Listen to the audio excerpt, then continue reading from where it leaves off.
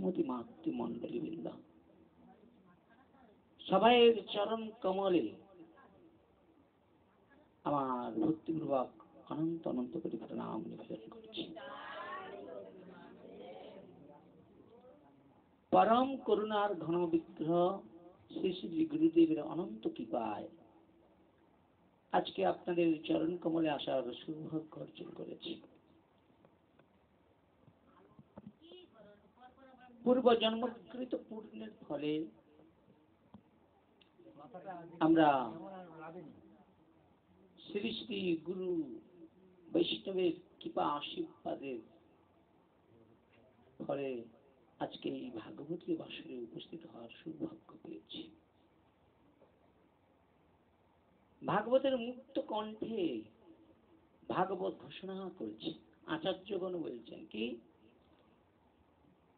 বলছে এই জগতে ভগবত প্রাপ্তির অনেক ধরনের পথ রয়েছে, কি নেই? তার মধ্যে সর্বশ্রেষ্ঠ পথ কোনটা? আমরা সেই জায়গাটাই আগে আমাদের খুঁজতে হবে। বলে ভগবত প্রাপ্তির জন্য মানুষ দেব দেবতার উপাসনা করে, কেউ দান যজ্ঞ করে, কেউ বাড়িতে ব্রাহ্মণ বৈষ্ণবের সেবা দেয়, দেয় তো বা? মুখ্য উদ্দেশ্য কি? ভগবত কৃপা পাওয়া। কিন্তু ভগবত কৃপা পাওয়ার জন্য যেটা সব থেকে বেশি প্রয়োজন আমরা সেটাই গুরুত্ব দিচ্ছি না। কিসের জন্য? না, আমরা কথাগুলো পাঠক এসে বলে, আমরা কিন্তু ধারণ ক্ষমতা করতে পারি, আমরা ধরে রাখতে পারি না। এটা আমাদের দুর্ভাগ্য। তাহলে ভগবত প্রাপ্তির যত রকমের পদ রয়েছে তার মধ্যে সর্বশ্রেষ্ঠ পদ কোনটা? না, মহৎ সঙ্গে ভগবানের গুণের কথা শ্রবণ করা হলো সর্বশ্রেষ্ঠ। আর ভগবানের গুণের কথা যদি কেউ একনিষ্ঠভাবে শ্রবণ করে আর কেউ যদি নিষ্কাম হৃদয়ে ভগবানের বাণী প্রচার করে, দুজনের পরম মঙ্গল সিদ্ধি লাভ হয়ে যায়। যেটা কোটি কোটি জন্ম ধরে তপস্যা করে যে বস্তু পাওয়া যায় না, যদি কেউ পরম পবিত্র চিত্তে সর্বস্ব কিছু চিন্তা ত্যাগ করেছে, এই একটা ঘন্টা এমন ভাবে ভগবানের কথা শ্রবণ করব, এই কথা শ্রবণ করতে করতে যেন আমি ওই ভগবত দর্শন করবার সৌভাগ্য লাভ করতে পারি। কিন্তু দুর্ভাগ্য, আমার দেহটা রয়েছে, মনটা কিন্তু আমার ভাগবতে নাই। এইরকম কোটি জন্ম ভাগবত কথা আমরা যদি শ্রবণ করি, তার ফলটা কি হবে? চির ছাড়া অন্য কিছু নয়, হবে কিছু। তাই ভগবত প্রাপ্তির জন্য প্রথম কি না, ভগবানের গুণের কথা শোনার জন্য আকাঙ্ক্ষা, কায় মনোবাক্যে, যে আজ হরি কথা শ্রবণ করবো, আর হরিতে আর আমাতে এক হয়ে যাব। ভগবান ওই যে বিগ্রহ রূপে আছে না, ওই ভগবান আমার হৃদয়ে রয়েছে। ওই বিগ্রহ আর এই বিগ্রহ দুইটার মিলনে হচ্ছে ভগবত প্রাপ্তি। নিতাই গৌর প্রেমানন্দের। কিন্তু দুর্ভাগ্য, যাই ভগবানের কথা শুনি কিন্তু ধারণ হচ্ছে না। কেন হচ্ছে না? বলে শ্রবণটা ঠিক হচ্ছে না। শ্রবণ হলে তো ধারণ হবে। সেই জায়গায় দাঁড়িয়ে আমরা যেই দিক দিয়ে হোক না কেন চেষ্টা করছি, ভগবানের কৃপা পেতেই হবে। কিন্তু মহাজনরা বললেন, ভগবানের কৃপা পেতে গেলে আগে গুরুর কৃপা পেতে হবে। আর গুরুর কৃপা যদি না হয়, ভগবানের কৃপা তো অনেক দূরের ব্যাপার। আপনি গুরুকে সন্তুষ্ট করতে পারেন না, ভগবানকে সন্তুষ্ট করবেন এই চিন্তা নিয়ে পড়ে যাচ্ছেন লাইনে, হবে না। এই জন্য শ্রীমদ্ ভাগবতে বলা আছে, যোগী দুর্লভ বৈকুণ্ঠ, যেগুলো যোগীদের পক্ষে কঠিন, বৈকুণ্ঠ পাওয়া সম্ভব। এই যে যোগীরা তপস্যা করার জন্য সংসার ত্যাগ করে মঠ মন্দিরে বিভিন্ন জায়গায় সাধন ভোজন করছে, বলে যোগী দুর্লভ বৈকুণ্ঠ, একমাত্র গুরু কৃপায় লাভ করা সম্ভব। কোথাও যেতে হবে না। আপনি সংসারে থেকেও যদি গুরুদেবের কথাকে মেনে নিষ্ঠার সহিত নিষ্কাম ভাবে যদি আপনি কর্তব্য কর্ম করেন, একদিন না একদিন ভগবান আপনার নিষ্ঠাতে বাঁধা পড়বেই পড়বে। নিতাই গৌর প্রেমানন্দে। তাহলে প্রথম প্রয়োজন হলো কি? একমাত্র গুরুদেবের কৃপা। তো সেই জায়গায় দাঁড়িয়ে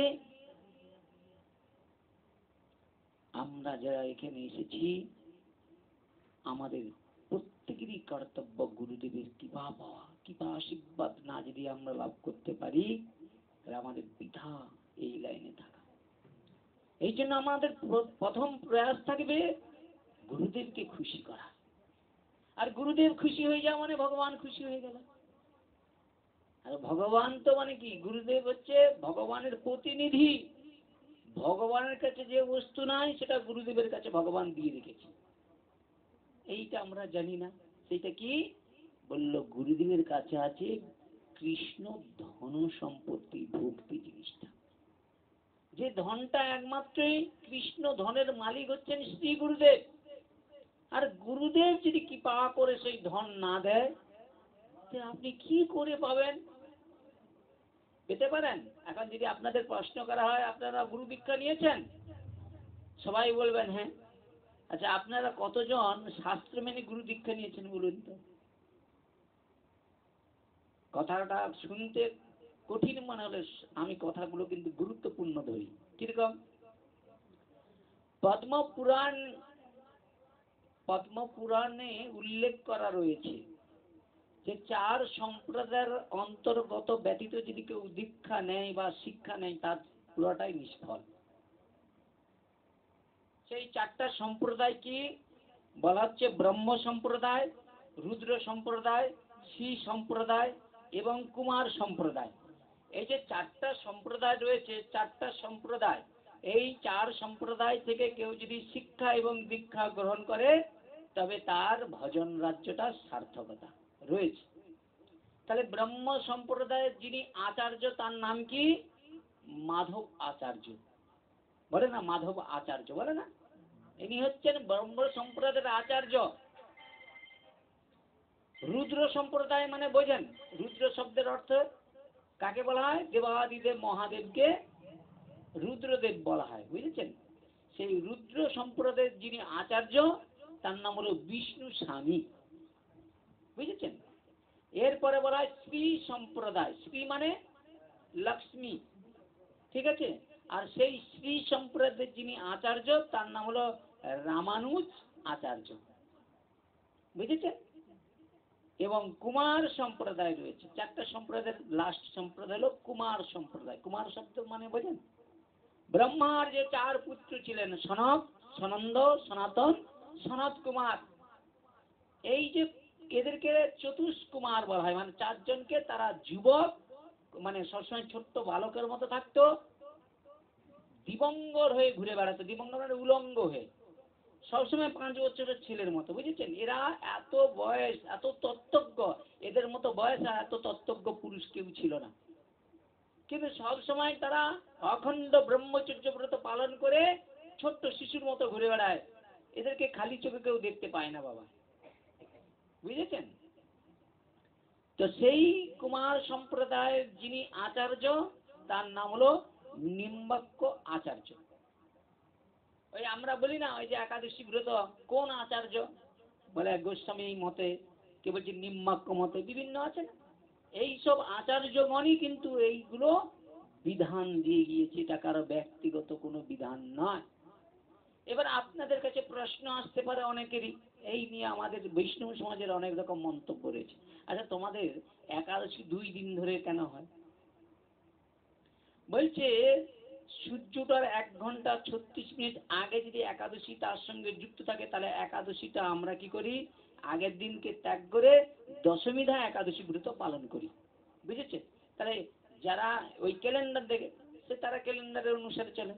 যারা গুরু পরম্পরায় চলে, তারা গুরুদেব তাদের যে ওই তালিকা করে দেয় না একাদশীদের চার্ট, সেই চার্টে যেই মাসে যেই একাদশী পড়েছে সেই দিন তারা সেই একাদশী ব্রত পালন করে। এবার আপনারা প্রশ্ন করতে পারেন, আমি যেটা করছি তাহলে ঠিক, ওরা যেটা করছে ভুল। বলে না, এরও একটা মীমাংসা করতে হবে। বলে কি?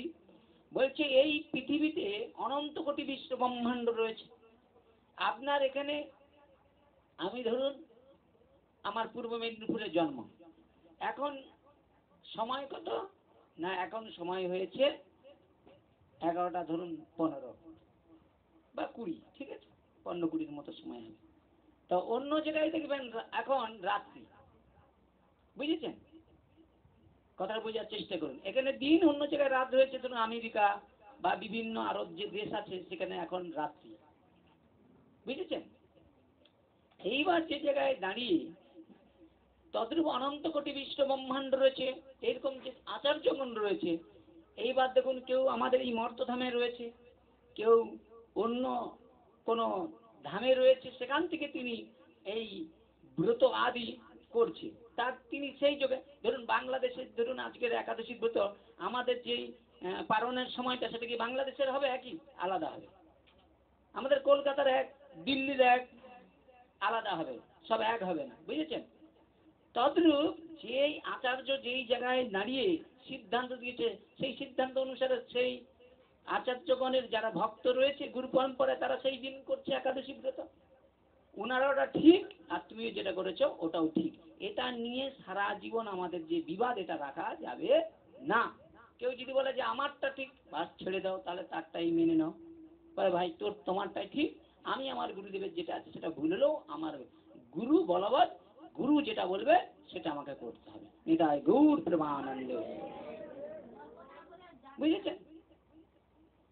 এত ঘুম কিসের তোমার, বুঝলে? কিসের ঘুম?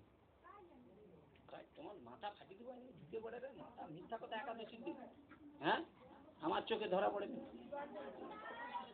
শোনো, এইবার সেই জায়গাটায় দাঁড়িয়ে খুব মন দিয়ে শুনুন।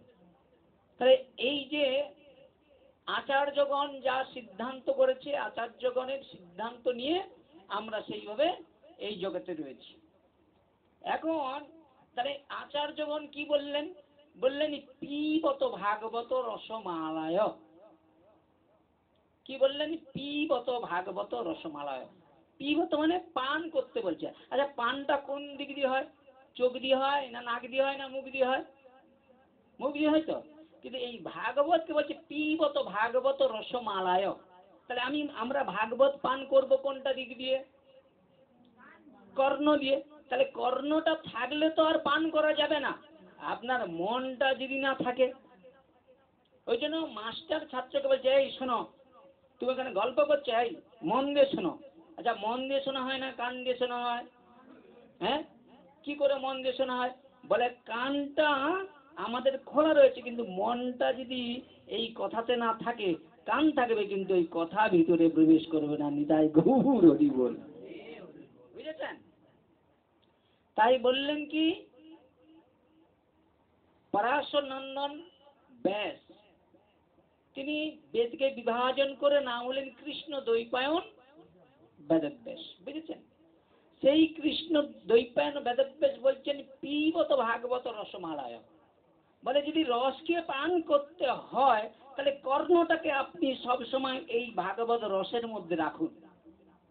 আর যদি এই রসে এসে আপনি যদি কথা বলেন, আন কথা বলেন, এখানে বসে যদি অন্য চিন্তা করেন, তাহলেই কিন্তু অপরাধটা কিন্তু আপনারই হয়ে যাবে। কেন, যে পান করবার উৎকণ্ঠা, আপনি তার ওই উৎকণ্ঠাটায় আপনি বারবার বাধা দিচ্ছেন। এই জন্য এই আসনে বসে যদি কেউ কোনো রকম গল্প বলে, কোনো কথা বলে, সে যেমন অপরাধী, বুঝেছেন, সে যেমন অপরাধী, তদ্রূপ তাকেও মনে মনে চিন্তা করতে, আমার অপরাধের কারণে ওই জনটা শোনাতে বাধা হবে, তদ্রূপ আমি আরো বেশি অপরাধী। কথা বললে যেমন অপরাধ, তদ্রূপ আরো অপরাধ কি, আমার কথার কারণে অন্যজন শোনার বাধা পড়ছে।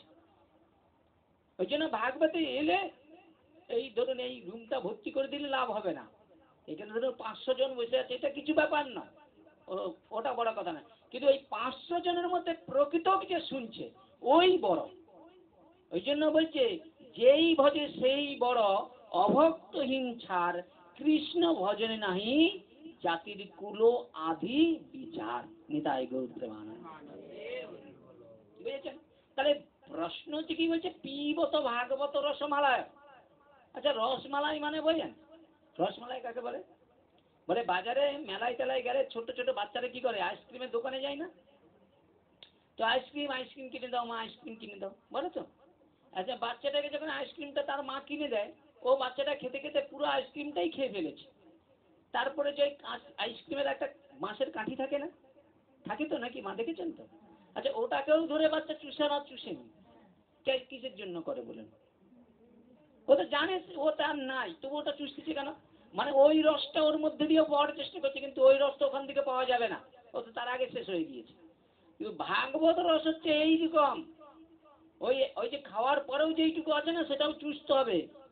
মানে এখানে শুধু পাঠ শুনলে হবে না, পাঠ এমন ভাবে শুনতে হবে ওইটা বাড়িতে গিয়েও মানে চুষে চুষেও যেন অপরন্ত আনন্দ আপনার ভিতরে যেন বারবার যেন রূপান্তরিত হয়।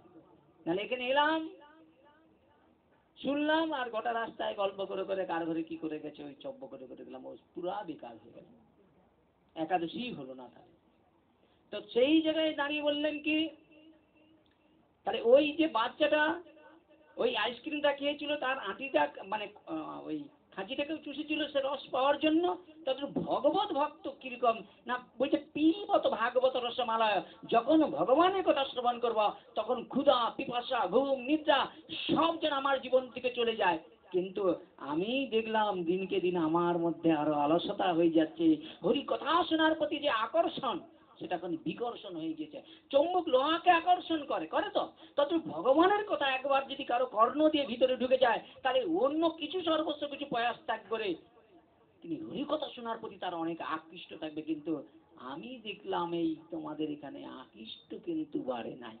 ও যেমন সারা জীবন ঢাক বাজতেছে, ওই কানে গেলে ঢাকের আওয়াজ, মন্দিরে এলো আবার বাস যা বন্ধ হয়ে গেলো, যে যার ঘর চলে গেল, বাস ঢাকের আওয়াজ বাজলে তোমাদের কানে তবে, কিন্তু না, ওই ঢাক তোমাদেরকে বাজাতে হবে, তবেই তো হাতটা আস্তে আস্তে করে সরল হবে, তবে তো তুমি বাজাতে পারবে।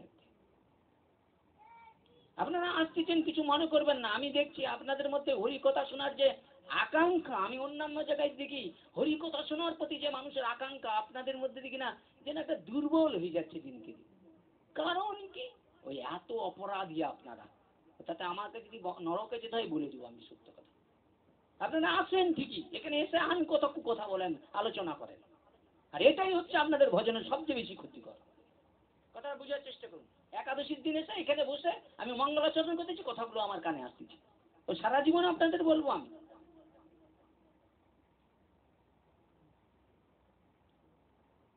দেখুন, একটা সবচেয়ে বড় দুঃখ কি লাগে জানেন আপনারা, হরির কথা শোনার প্রতি মঙ্গল আচরণ শুরু হয়ে গেছে, কথা বন্ধ হচ্ছে না।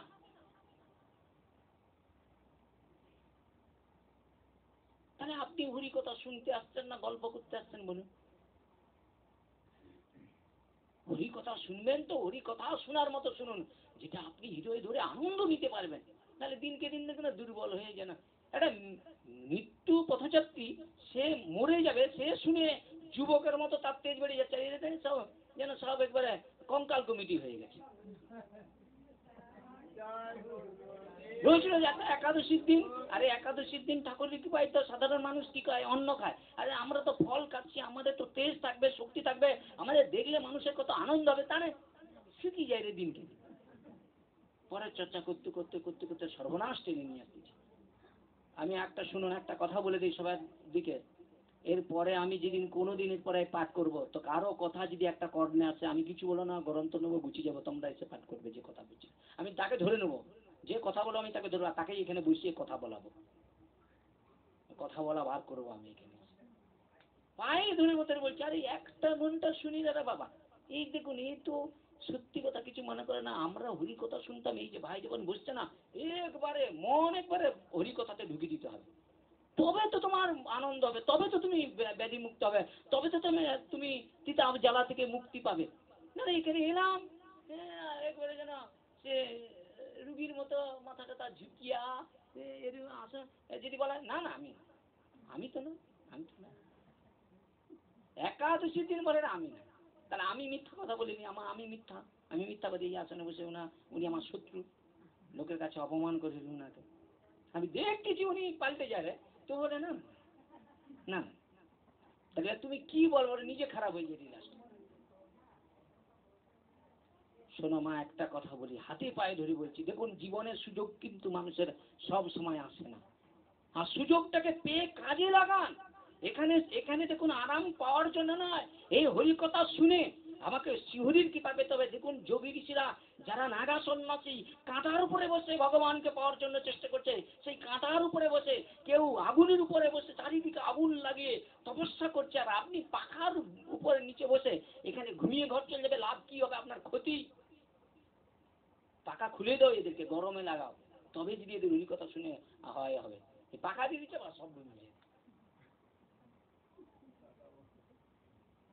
এত আরাম দিয়েও তো ওই কথা শুনিনি, কি আস্পর্ধা।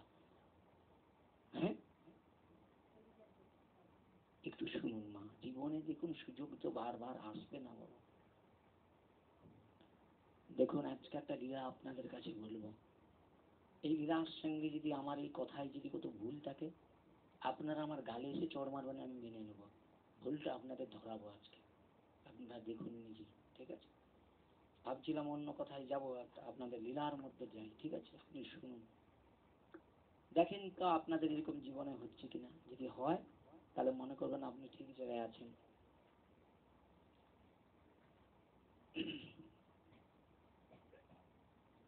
বনমালী ছিলেন একজন দরিদ্র ব্রাহ্মণ। ওই ব্রাহ্মণের নাম ছিল বনমালী।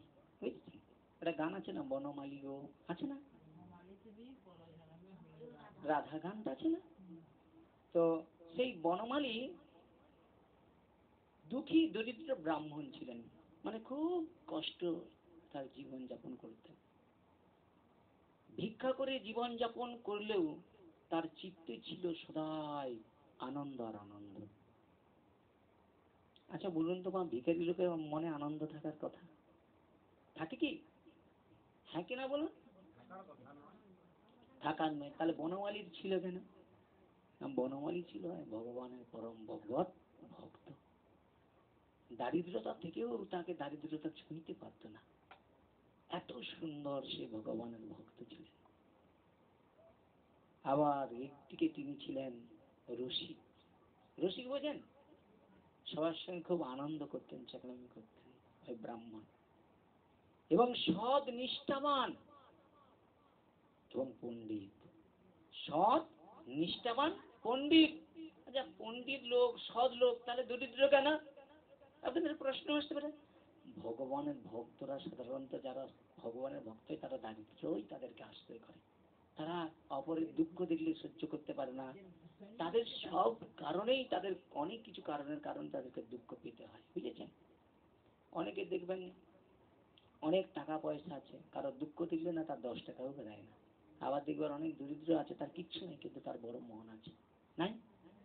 তো সেই জায়গায় দাঁড়িয়ে ওই বনমালী খুব নিষ্ঠাবান ছিলেন, সৎ ছিলেন এবং পণ্ডিত ছিলেন, বুঝেছেন? সর্বদাই তার বদনে কৃষ্ণ নাম গুণকীর্তন করতেন। দেখেন দরিদ্র ঠিকই, কিন্তু ভগবানের নাম তিনি ছাড়তেন না, সদা সর্বদাই নামে তিনি বিভোর হয়ে থাকতেন, আনন্দে একবারে মানে নিমগ্ন, মানে আনন্দে মগ্ন ছিলেন, সবসময় পরমানন্দের সঙ্গে যুক্ত ছিলেন, দুঃখ তাকে স্পর্শ করতে পারতেন না। আর আমরা শুধু দুঃখের কথা, দুঃখের কথা, এলাম তো শুধু দুঃখের কথা আলোচনা করলাম। দুঃখ দিনকে দিন আরো বাড়বে, আর ভগবানের কথা যারা আলোচনা করবে দিনকে দিন তাদের কত সুখ হবে, শান্তি হবে, আনন্দ পাবে। এখানে আমার আপনারাও তো দেখে মনে হয় আমি খুব দুঃখী, ঠিক না? কিন্তু আমাকে দুঃখ কি স্পর্শ করতে পারে মা? এতটা কোনটাও দুঃখ আমার কাছে এসে গেলে আপনারা কোনোদিন বুঝতে পারেন? বলি বলে আপনারা ধরেন, না বলতে বুঝতে পারেন কেন? আরে ভক্তির দুঃখ কি, শীত গ্রীষ্ম সবই তো তার কাছে সমান, দুঃখ কাকে নিয়ে করবে? তো সেই জায়গায় দাঁড়িয়ে সে সদা সর্বদাই ভগবানের গুণের কথা কীর্তন করতেন, ভগবানের নামে একবারে ডুবে থাকতেন। আপনারা কারা কারা এইভাবে ডুবে থাকেন একটু হাত তুলেন দেখি। একাদশীর দিনে মিথ্যা কথা বলবেন না, হাত তুলুন। তাহলে বলুন তো, না না না জানেন, এইবার দেখেন একাদশী ব্রত করেন, একাদশীতে আসতেছেন, নামের মধ্যে আপনারা নাই, আপনি নিমগ্ন থাকেন তা হাত তুলছেন 24 ঘন্টা, 24 ঘন্টা, বাহ বাহ বাহ বাহ। ওই যে বৃন্দাবনে যারা রূপ সনাতন তাদের জিজ্ঞেস করলে তারা বলতে সাহস পাবে, তুমি যাকে বলছো আমার ধন্যবাদ, তাই গৌরী বল। 24 ঘন্টার 22.5 ঘন্টা ভজন সাধনে ডুবে থাকতেন, সংসার টংসার সর্বস্ব কিছু ত্যাগ করে। তারা বলতে ভয় পায়, বুঝেছেন? তারা হাত তো দূরের কথা, তারা তারা বলতে ভয় পায়। আমরা কোথায় সদা সর্বদাই নিজেকে ডুবিয়ে দিয়েছে, ঘুম নেই, তুমি তো ঘুমাও, ঘুমাও, ঘুমাওনি, ঘুমাওনি? হ্যাঁ, তারা ঘুমাতো না রে বাবা, বুঝেছেন? তো সেই জায়গায় দাঁড়িয়ে আমার বলাটা ভুল হয়ে গেছে, ঠিক আছে? তো সেই জায়গায় দাঁড়িয়ে সর্বদাই নামে একবারে নিজেকে বিভোর হয়ে ডুবে থাকতে। আরে ওনাকে আমার বলাটা ভুল হয়ে গেছে, আমি তো স্বীকার করলাম আমার বলা ভুল হয়ে গেছে। তারপরে কিছু কথা আছে না, আপনি ঘুমাননি, আপনি ধ্যান করেছিলেন, আমি ভুল দেখছি, অপরাধটা আমার, আমি তো স্বীকার করে নিলাম। এর থেকে আর কি আছে? আমি বুঝতে পারিনি আপনি ধ্যানে ছিলেন, আমি দেখলাম ঘুম, কেন লোকের তো অপরাধ দেখতে না। যাক, ভাবছিলাম যদি ভুল পথে চলে যায় একটা মানুষকে, যদি দেখুন উনি যদি ওই অবস্থায় যদি হয়, তাহলে এখানে বসে যদি ওনার নিদ্রাটাও চলে যায়, তাহলে ওনারটাকে কাটানো আমার কর্তব্য। আমি বলতে যে খারাপ হয়েছিল, কি দরকার, ঠিক আছে? তো খুব মন দিয়ে শুনুন, উনি আমার শত্রু নয়, ঠিক আছে? কেউ আমার শত্রু নয়। তো সেই জায়গায় দাঁড়িয়ে সর্বদাই ভগবানের নামে একবারে ডুবে থাকতেন মা, এমন ভাবে বিভোর হয়ে থাকতেন জানেন তো, তাকে দুঃখ স্পর্শ করতে পারত না। দিন দরিদ্র, কিন্তু আনন্দ তার বিভোর। কেন? সে ভগবানের নাম করত। শুধু নাম করত না, সৎ ছিল, চরিত্রবান ছিল, নিষ্ঠা ছিল, এবং তার পাণ্ডিত্য ছিল। আমরা নাম করতেছি, কিন্তু আমাদের কোনোটাই হচ্ছে না। চারিত্রের দিক দিয়ে আমাকে খুঁজলে পাবেন, পাণ্ডিত্যও নয়, কোনো কিছু যদি না আমার মধ্যে থাকে, আপনি কি পাবেন? তো সেই ব্রাহ্মণ কি করতেন, সবাই যখন তাকে দেখতো সবাই অবাক হয়ে যেত, এই দিন দরিদ্র ভিক্ষা করে খাই, এত আনন্দে থাকে কি করে?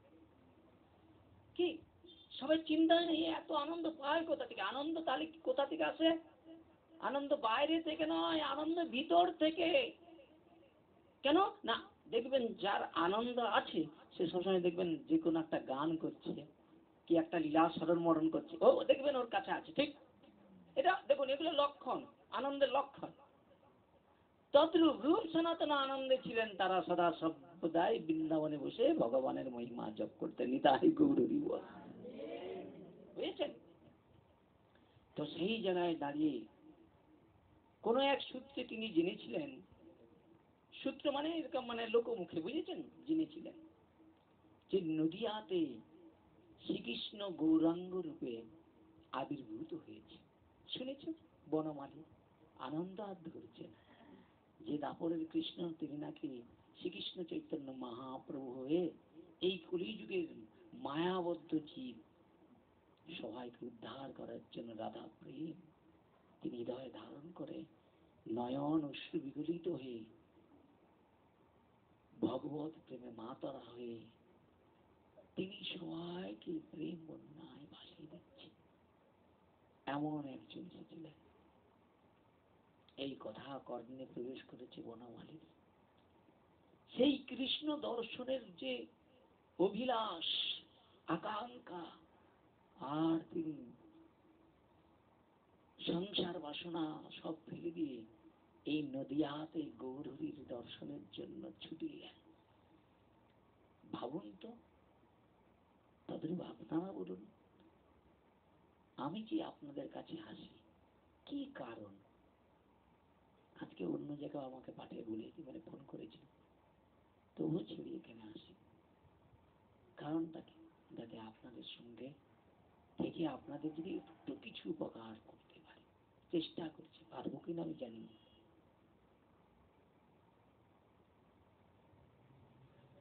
তো সেই কৃষ্ণ দর্শনের অভিলাষ নিয়ে সেই বনমালী তার পুত্রকে সঙ্গে করে নিয়ে নদিয়ায় আগমন করলেন। নিতাই গৌর হরি বল। নদিয়ায় মায়াপুরে এসে দেখলেন শ্রী গৌর সুন্দর বহু ভক্তি পরিবৃত্ত হয়ে মৃত্যু কীর্তন করছে।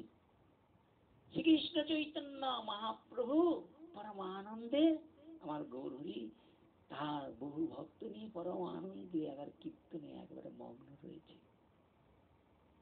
বনমালী দেখলেন গৌর সুন্দর, বনমালীকে দেখলেন, বনমালী গৌরকে দেখলেন, গৌর বনমালীকে দেখলেন। গৌর হরি বনমালীকে দেখে চিনতে তো ভগবানের তার বাকি থাকে না। এখানে এতজন আছে, ভগবানের যে প্রকৃত যারা জ্ঞানী পণ্ডিত, দেখবেন এতজনের মধ্যে দেখবেন যার মধ্যে প্রেম আছে, ভক্তি আছে, অহংকার নেই, সেই জনটাকেই ভগবান কৃপা করে দিবেন। তাই গৌর হরি বল। গৌর হরি কি করলেন, বহু ভক্তের মধ্যে থেকে নিত্য কীর্তন করতে করতে যেই বনমালীর থেকে নজরটা পড়েছে, সঙ্গে সঙ্গে গৌর হরি কি করলেন, ছুটে যে বনমালীকে আলিঙ্গন করলেন। তাই গৌর হরি বল। আরে ভগবান কাকে আলিঙ্গন করে গো? ভগবান কাকে আলিঙ্গন করে? তার প্রিয় ভক্তকে। ভগবান জানতে পারলো বনমালী এসেছে, ভগবানের অন্তরঙ্গ ভক্ত। মহানন্দে বনমালী তার পুত্র হরিনাম সংকীর্তনে, ভক্ত সঙ্গে নিত্য কীর্তনে মেতে গিয়েছে। এমন ভাবে ভগবানের কৃপা পাওয়ার পরে এমন ভাবে নিত্য কীর্তন করছে, তাদের জড় জগতের কোনো কিছু চিন্তা ভাবনা আর সব চলে গিয়েছে। আমরা মায়াপুরে যাই, সংসারে মনে হয় 2 দিন সংসার ছেড়ে আসি, কবে ঘরে যাব, বৌমাটা কেমন কি আছে, নাতি নাতিরা ভালো আছে নাকি, মায়াপুরে আছে। শুধু ঘর পাড়ি আইলে যেমন আমার হয়, ওই দোকানে কত কাস্টমার বেরিয়ে যাচ্ছে, কত কি হচ্ছে, আমার হয় মা, আপনাদের হয়নি, আমি বলে বলে ফেলছি, বলা হয়ে যায় আমার ভুল। আমার শুধু চিন্তায় ওই মনে দোকানটা করলে কাস্টমারটা থাকতো, ওইখানে কত বেচা কেন হতো, কত টাকা হতো, এই চিন্তা আমার হয়।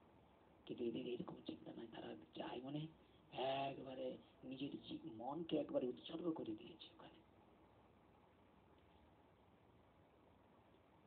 এইভাবে পরম আনন্দে নিত্য কীর্তন করছে। পরের দিন অদ্ভুত এক ঘটনা ঘটল। পরের দিন একটা অদ্ভুত ঘটনা ঘটলো বাবা।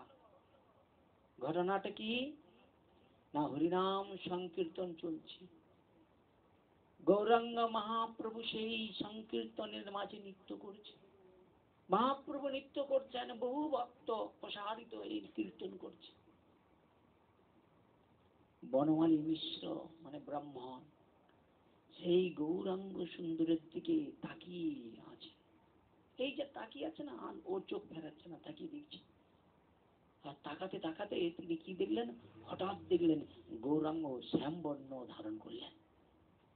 গৌরাঙ্গ দেখছে না, শ্যামবর্ণ মানে দাপরে যে কৃষ্ণচন্দ্রের যে রূপ, সেই রূপ দর্শন করছে।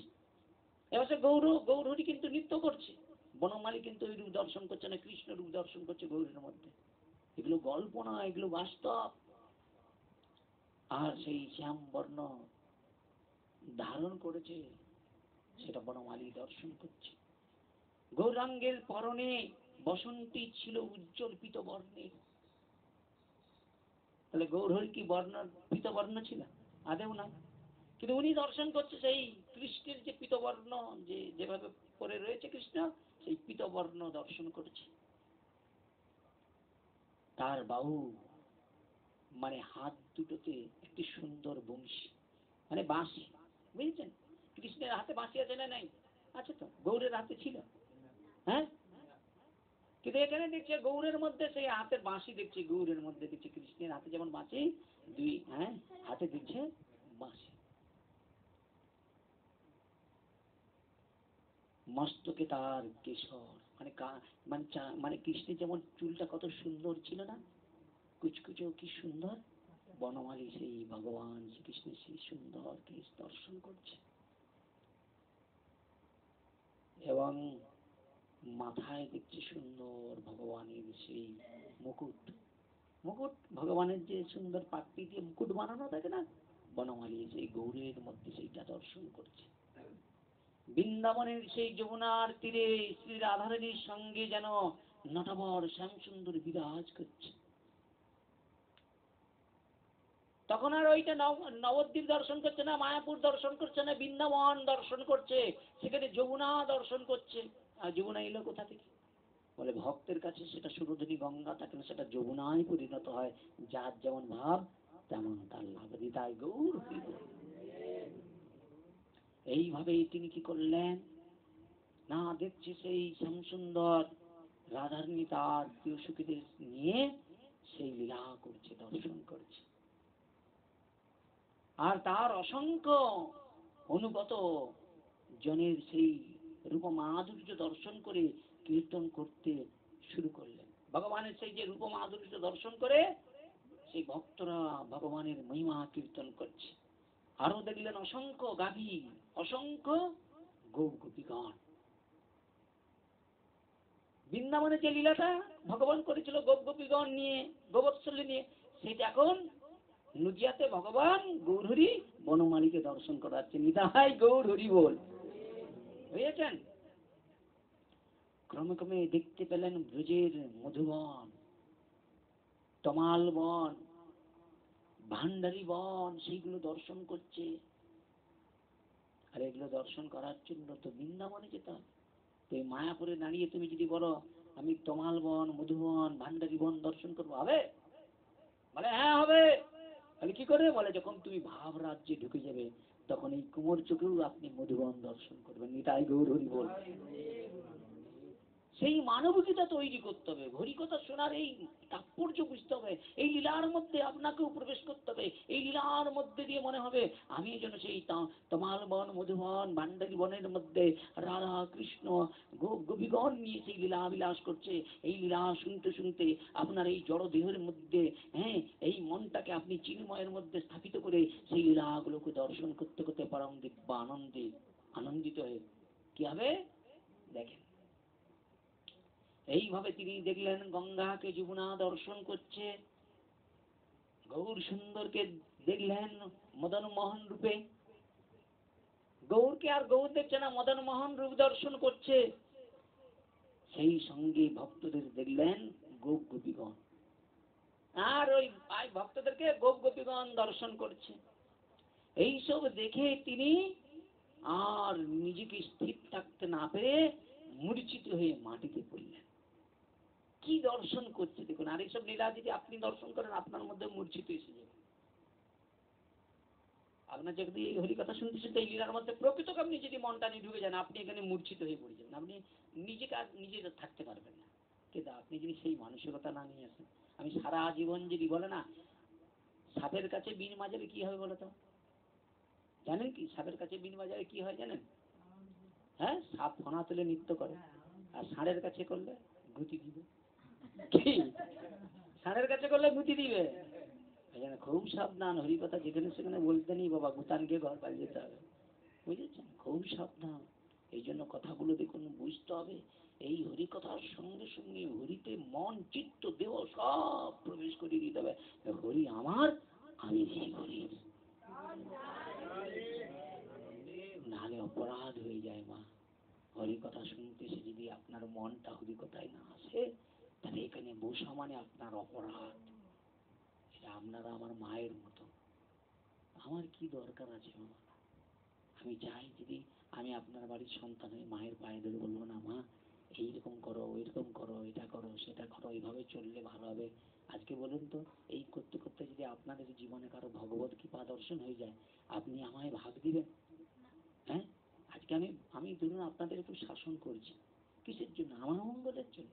আর দেখুন আপনি আমাকে এখানে বসিয়েছেন যাতে আপনার কল্যাণ হয়, আর কল্যাণের দায়িত্বটা আপনি আমাকে দিয়েছেন বলে আমি চেষ্টা করছি। কালকে যদি আমি মনেই করি আমি এখানে আসবো না, আসবো না। কিন্তু এখানে আসার মুখ্য উদ্দেশ্য যদি আপনাদেরকে, আপনারা আজকে 2 বছর, এটা 3 বছর হয়ে গেল, আপনাদের ভিতরে যদি হরি কথা শোনার যদি আকৃষ্ট না দেখি, ভগবানকে পাপতে যদি আকাঙ্ক্ষা না থাকে, আর এই হরি কথা শোনা মানে কি? ভগবান শিহরিকে হৃদয়ে ধারণ করা। হরি কথা শোনার সঙ্গে সঙ্গে ভাবাবিশ্বের মধ্যে ডুবে যেতে পেরে ভগবান আমি নেই, আমি তোমার শ্রী লীলা দর্শন করছি। এই গৌর হরি কত সৌভাগ্য তোমার লীলাতে যারা তোমার নিত্য, হ্যাঁ, তারা নিত্য পার্শ্বদগণ তোমার লীলার সঙ্গে তোমার সঙ্গে ছিল।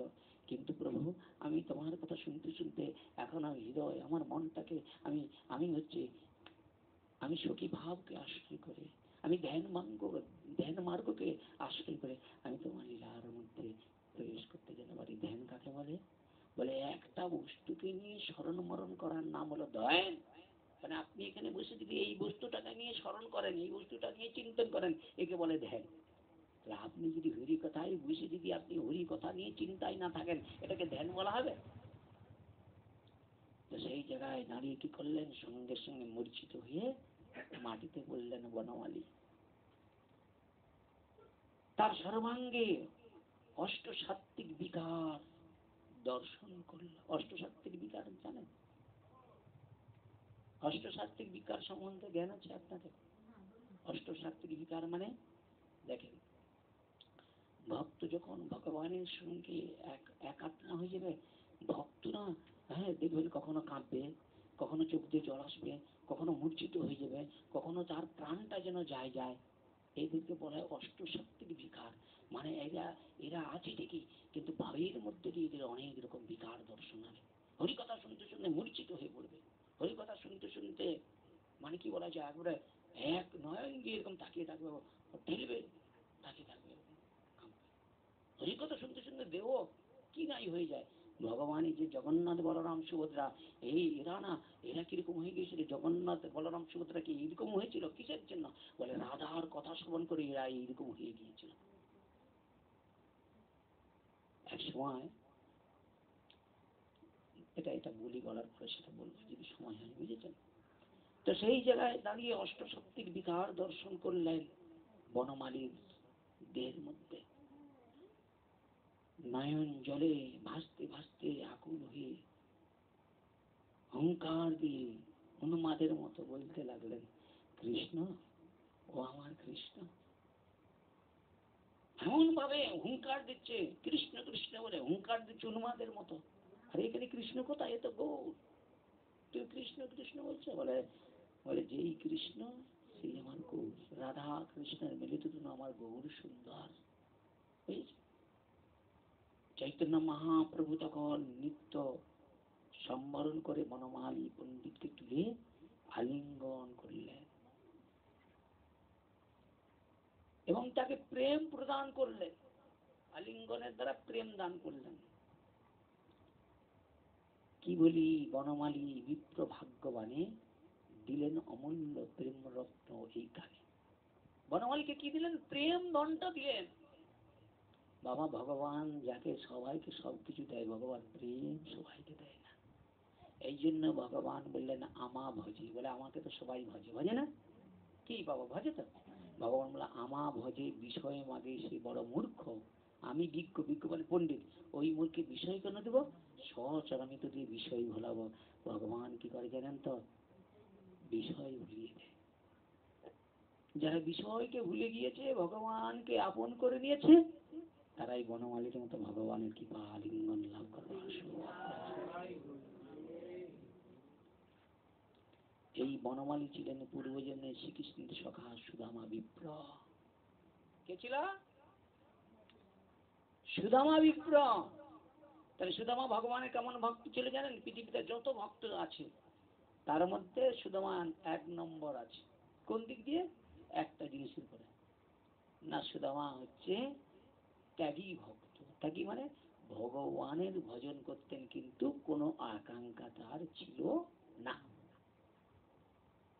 নিঃস্বার্থভাবে ভগবানকে কেমন ভালোবাসতে হয়, যদি নিঃস্বার্থ ভালোবাসা যদি কারো দেখা যায়, একমাত্রই সুদামা। এত কষ্ট পেয়েছে, এত যন্ত্রণা পেয়েছে, প্রত্যেক দিন উপবাস করে কাটিয়েছে, কিন্তু কোনোদিন ভগবানকে হাত পেতে কোনো কিছু চায় না। আর আমরা হলে তুই থাক, ওই কৃষ্ণকে যারা ভালোবাসে দুঃখ পায়, কিন্তু ওই ওই কৃষ্ণকে ছেড়ে দিয়ে এখন সুখ কিভাবে পাওয়া যায় সেটা চেষ্টা করে। কিন্তু প্রকৃত ভক্ত দুঃখ পাবে, সুখের চেষ্টা করবে না, যে ভগবান আরো দুঃখ দাও, আরো কাঁদার সুযোগ দাও। যত কাঁদতে পারবো তোমার জন্য তত তোর মন হালকা হবে, আর কাঁদতে কাঁদতে যেন আমি তোমাকে পুত্র ভেবেই আমি আপন করে নিতে পারি। এই জগতে যারা মা বাবা পুত্র পেয়েছে, এই জগতে আছে, তাদের পুত্র তাদের জন্য কয়দিন কষ্ট চিন্তা করবে। বাবা মা মারা গেলে 10 দিন 15 দিন, কিন্তু ভগবানকে যারা পুত্র রূপে পেয়েছে, ভগবান তাদের জন্য এক মাস কি করেছে? বিশ্ব অন্ন খেয়েছে, রাজ বিষকে ত্যাগ করে কাঁচা কাপড় পরেছিল বাবা মা যেমন মারা যায়। তারপরে ভগবান সেই ব্রাহ্মণকে স্বপ্ন দিলেন, শোনো ব্রাহ্মণ, আমি 1 মাস এইভাবে হবিষ্য অন্ন গ্রহণ করব, আর আমার পিতা মারা গিয়েছে বলে আমার চোখে জল। ব্রাহ্মণ মনে মনে চিন্তা করছে, এ প্রতিমা নয়, এই ব্রজেন্দ্র নন্দন, নালে ভগবানের নয়ন দিয়ে অশ্রু বিগলিত হয়।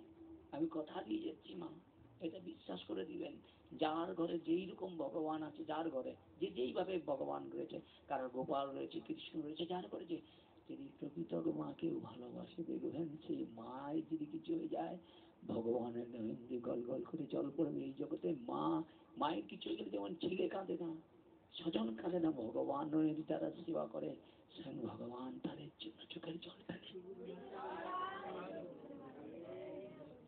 ভগবান সেই ব্রাহ্মণকে বললেন, আমার পিতার বিয়োগ হয়ে গিয়েছে, গোবিন্দ আমার পিতা ছিল, তার বিয়োগ হয়ে গিয়েছে, আমি 1 মাস আর রাজভোগ গ্রহণ করব না, আগামী দিন না আমাকে কাঁচা কাপড় পরে দিবে, রাজপ্রসাদ সব খুলে দিবে, বাবা মারা গেলে সন্তানের সব পড়তে নেই গো।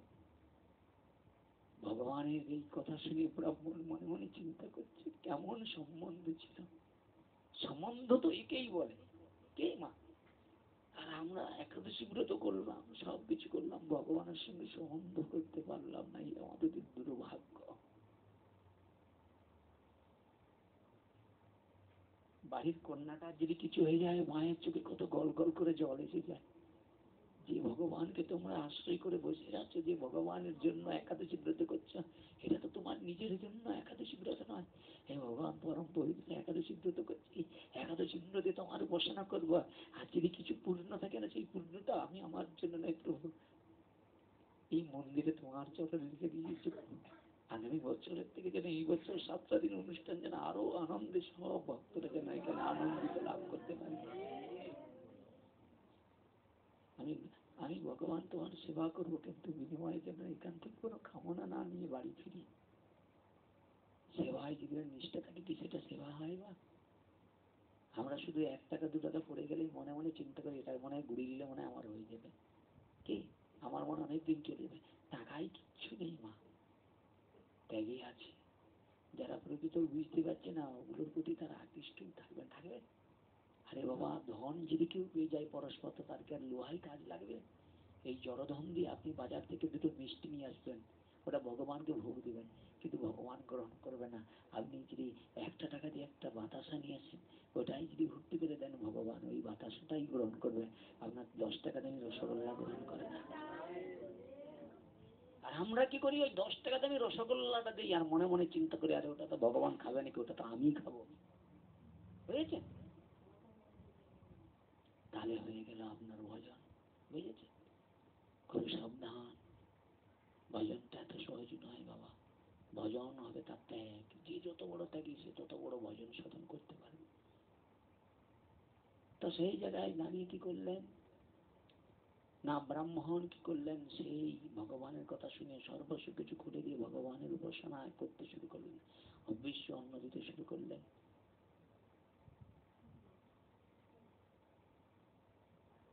ওইটা কি বলবো মা? আপনি বলুন, ওইটা কি বলবো? আপনাকেই বলছি মা, ওইটা আমি কি বলবো? কিছু মনে করেন না, আপনি মায়ের মতো তো, আমি ওটাকে কি বলবো বলুন? আমি ওটা ধ্যান বলবো বলুন? বলুন, আপনি বলুন, ধ্যান বলবো? ধ্যান নাই তো? তাহলে আমার নজর ঠিক আছে, বাস। এই যে বললেন এর জন্য ধন্যবাদ। তাহলে এরপরে বলেন, আমি যে আপনাকে ধরিয়ে দিচ্ছি, এটা আপনার মঙ্গল না ঠিক? মঙ্গল তো, বাস। তো দেখুন, ওইটা কখন দেখেন না, কিছু মনে, ওইটা কখন যাবে জানেন মা? বাসর রাত্রে যখন আমার স্বামী, আমার স্ত্রী আমার কাছে, আমার স্ত্রী আমার জন্য অপেক্ষা করছে না, কখন আমার স্বামী আমার কাছে আসবে, 2টো মিষ্টি কথা বলবে, কত তাদের তোমাকে মনে করতে হবে এটা বাসর। আর এই ভাবটা যখন আপনার মধ্যে এসে যাবে, বাসর ঘরে যেমন ওই কন্যা, যে নববিবাহিত কন্যার যেমন ঘুম থাকে না, তদ্রূপ যারা প্রকৃত ভগবানকে ভালোবেসেছে, তাদের কর্ণের মধ্যে দিয়ে ওই কথা শোনার জন্য সব আপনা থেকে সরে যাবে। এগুলো প্রারব্ধ কর্মের কারণে থাকে, আমারও হয়েছিল এক সময় আপনাদের মতোগুলো পাপ পূর্ব জন্মে, কিন্তু বিশ্বাস করুন মা, মনে এইটাই রাখবেন, ওটা একদিন আপনার কাছ থেকে চলে যাবে, যাবেই আমার আশীর্বাদ, এটাই গুরুত্ব যাবে। শুধু মনে করবেন আমি বাসর ঘরে রয়েছি। কোথায়? যখন এখানে ঢুকবেন বলে বাসর ঘরে রয়েছে, আমার স্বামীর কথা শুনবো। বুঝেছেন? বুঝেছেন? সেই বাসর ঘরে ভগবানের কথা শ্রবণ করবো, এই ভাবনা নিয়ে আসুন, ঘুম আসবে না। বুঝেছেন? আর যদি ঘুম না আসে আমাকে একটু বলবেন, হ্যাঁ কি, তাহলে বাবা মেডিসিনটা কাজ করছে, ঠিক আছে? তো এবার খুব মন দিয়ে শুনুন। তো সেই জায়গায় দাঁড়িয়ে আপনাকে বলছি না মা, আপনি রেখে যাচ্ছেন কেন? লাগার দরকার নেই, ঠিক আছে? তো সেই জায়গায় দাঁড়িয়ে ভগবান ব্রাহ্মণকে কি করলেন, ব্রাহ্মণ ভগবানকে কি করলেন, সব কিছু, হ্যাঁ, সব রাজপ্রসাদ খুলে দিয়ে কাঁচা কাপড় পরালেন। আর প্রত্যেকদিন ভগবানের কথা শুনে কি করতেন, ভবিষ্য অন্ন দান করতেন, খুব বলছেন। কিন্তু সেই ব্রাহ্মণকে বলেছিল, ঠিক যেই দিনে 1 মাস পূর্ণ হবে সেই দিন সাধ্যের সর্বস্ব কিছু ব্যবস্থা করবে। আমি স্বয়ং পুত্ররূপ ধারণ করে আমার পিতার জন্য তুমি মন্ত্র পাঠ করবে, আর আমি সেই মন্ত্র উচ্চারণ করব, আর পিতার উদ্দেশ্যে, যাতে পিতার উদ্ধারের যেমন পুত্র করে না, সেরকম আমি আমার পিতার উদ্ধারের জন্য আমি ওই কাজকর্ম করব। এগুলো কোনো গল্প নয়, বুঝেছ? তো সেই জায়গায় দাঁড়িয়ে কি করলেন, পত্নীর কথায় সুদামা কি করলেন, দ্বারকাধামে শ্রীকৃষ্ণ দর্শন করবার জন্য গিয়েছিলেন, স্ত্রী কথা শুনে গিয়েছিলেন। তার পত্নী দেওয়াচিরা দ্বারকাধীশ প্রীতি মনে ভক্ষণ করেছে। দেখুন, ভগবান বলে যে সেই এত রাজা হয়ে গিয়েছে, এত সব কিছু হয়েছে, কিন্তু সেই দরিদ্রের দেওয়া, দরিদ্রের দেওয়া সেই চিলাকে ভগবান কিন্তু প্রত্যাখ্যান করে না, প্রেমের সহিত গ্রহণ করে নিয়েছে, প্রীতির সহিত গ্রহণ করে নিয়েছে। যেখানে প্রীতি নাই সেখানে কোনো মূল্য নাই, বুঝেছে? প্রীতি যেখানে, ভগবান সেখানে। সেটা যদি আপনার অনেক নিকৃষ্ট বস্তু হয়, ভগবানের কাছে ওটাই উৎকৃষ্ট বস্তু। আপনার ঘরে অনেক কিছু আছে, আপনি দিতে পারবেন, কিন্তু প্রীতি না যদি থাকে, ভগবান কি করলেন, বিদুরের ঘরে যে ভগবান কি করলেন, বিদুরের স্ত্রী ভগবানের সেবা দিচ্ছে, পরাশরী কাঁদছে যে ভগবান আমরা কোনদিন কি তোমার কৃপা লাভ করতে পারবো না। পরাশরী ভোরের বেলায় ঘুম থেকে উঠে সানাদে ছেড়ে শুদ্ধ চিত্তে ভগবানের কীর্তন করছে, আর ভগবান ওই রাস্তা দিয়ে যাচ্ছে কোথায়, দুর্যোধন দুঃশাসনের বাড়িতে রাজ সেবা গ্রহণ করবার জন্য। পরাশরীর চোখের জল দেখে ভগবানের পার যেতে যাচ্ছে না। কেন? ভগবান বলছে ভক্ত বৎসল ভগবান, ভক্তের যদি এতটুকু কষ্ট থাকে, ভগবান সেখান থেকে 1 পাও যেতে পারে না, তার প্রমাণ। লোহা যেমন চুম্বক আকর্ষণ করে, ভগবানকে আকর্ষণ করছে পরাশরী। ভগবান কি করলেন, পরাশরীর গৃহ মন্দিরের সম্মুখে এসে বলছে, মা, ও মা।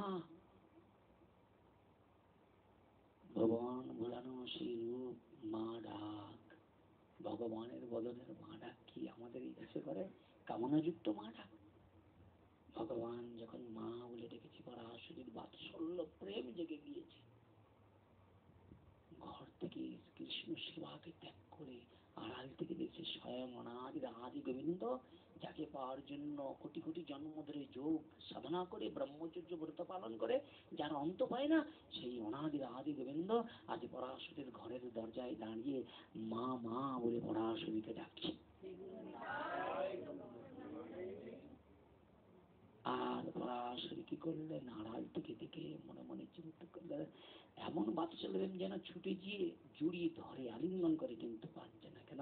পরনের পোশাকটা এতই, বস্ত্রটা ছেঁড়া, কি করে যায়? ভগবান অন্তর্ধান দিয়ে নিলেন, ওখান থেকে সরে গেলেন। পরাশরী কি করলেন, বাইরে একটি কাপড় ছিল সেটাকে পরিধারণ করলেন, করে যেই বসছে, স্বয়ং ভগবান মা মা বলে বাল্য কৃষ্ণ ছুটেছে একেবারে পরাশরীর কোলে গিয়ে বসেছে। দেখেন ভগবান আর কি বিচার করেছে, ওটা আমার মায়ের কোল নয়, অন্যের কোল। ভগবান এইরকম জিনিস করেছি বসলাম, যেই মা বলেছি সঙ্গে সঙ্গে পরাশরীর বাৎসল্য প্রেমে কি হয়েছে, আর হৃদয় থেকে কি হয়, সন্তানের জন্য মায়ের কি হয়, হ্যাঁ, ক্ষীর কি হয় থাকে, সব গল গল করে ঝরে যায় না? তাদের পরাশরীর আজ কি হচ্ছে, বাৎসল্য প্রেমের ধারা ঝরে যাচ্ছে, যেটা মা যশোদার হয়েছে কৃষ্ণের জন্য। এই পরিস্থিতিতে কৃষ্ণ বলছে, মা বড়ই ক্ষুধা পেয়েছে। পরাশরী কি করলেন, ওখানে বসে ঘরের মধ্যে ছুটে দর্শন গিয়েছে। বাড়ি আছে মানে তো কোনো কিছু ব্যবস্থা আছে, বাড়ির মধ্যে যে সব খুঁজতে শুরু করেছে, কৃষ্ণের বদনে দেওয়ার মতো এমন কোনো বস্তু পেল না। কৃষ্ণ সেবা করার জন্য আজ কুটিরে এসে উপস্থিত, খেতে চাচ্ছে, আর তোমার ঘরে আছে চাই। কথাটা বুঝেছিস? আজকে তোমার ধরে কি নাই, তোমাদের ঘরে কার ঘরে নেই? কিন্তু সব কিছু আছে, প্রীতি নাই বলে ভগবান নাই।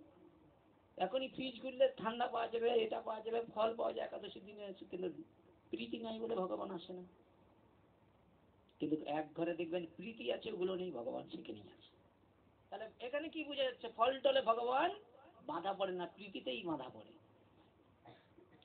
পরাশরী ঘরের মধ্যে চারিদিকে খুঁজে খুঁজে যখন কিছুই পেলে না, খালি হাতে কাঁদতে কাঁদতে কৃষ্ণের কাছে দাঁড়িয়েছে।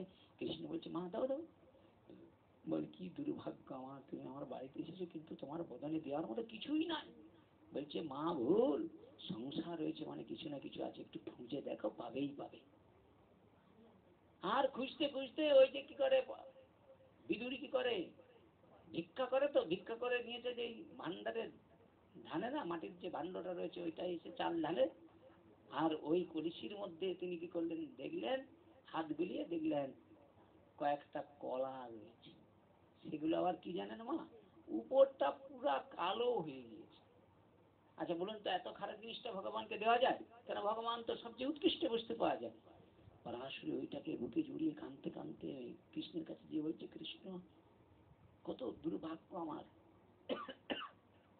তুমি এসেছো আমার গৃহ মন্দিরে, কিন্তু তোমার বদনে দেওয়ার মতো কিছুই আমি পেলাম না। এই কয়েকটা কলা, সেটা তোমাকে দেওয়া যাবে না। বলে, মামা দেখি দেখি। বলে, আরে এ তো ভালোই রয়েছে, কোনো অসুবিধা নেই। বলে, দেখো এই কালো হয়ে গেছে। বলে, মা ক্ষুধা যদি থাকে না, ওই যে আমরা শুনেছি ছোটবেলায়, ক্ষুধার জ্বালায় কি কুচু কুচু কুচুকে, ওই কুচু যে হতো সেগুলোকে নিয়ে সিদ্ধ করে খেয়ে নিত, বনা কুচুগুলো।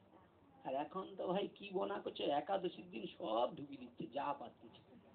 কি এত উন্নতি আসছে, উন্নতি না অবনতি।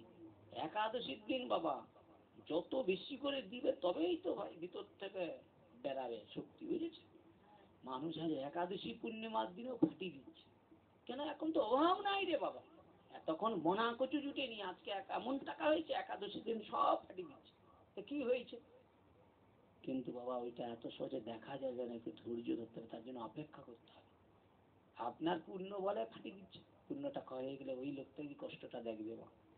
অনেকে দেখবে একাদশীর দিন কন্যাকে ছেলেকে বিবাহ দেয়, এখনকার দিনে দেয় না, একাদশী দিন শ্রাদ্ধ করে।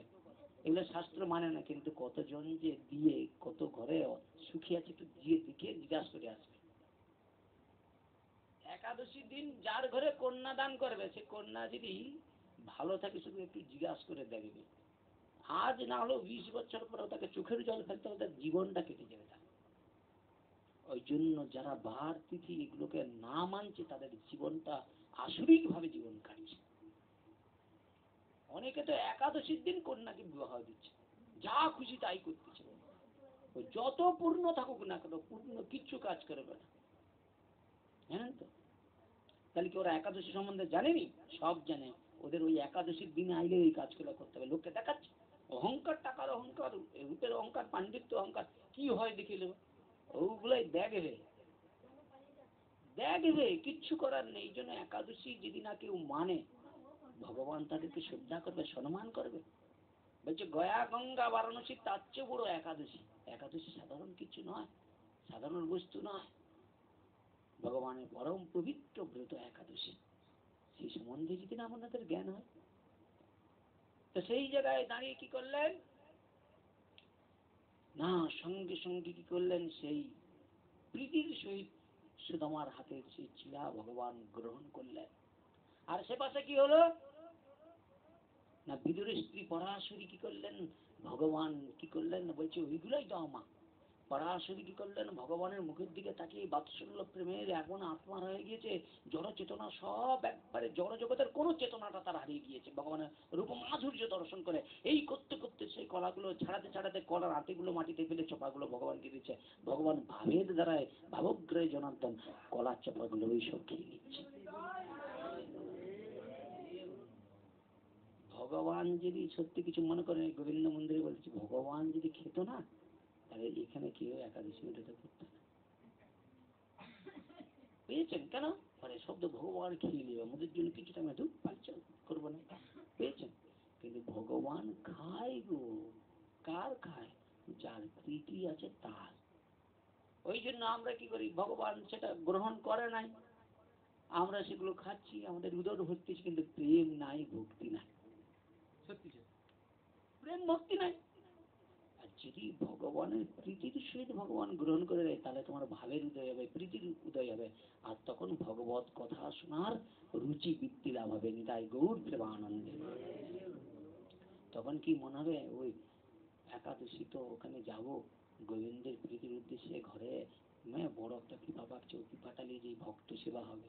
কেউ বলে গাছে একটু আম হয়েছে, ওইটা নিয়ে যাই।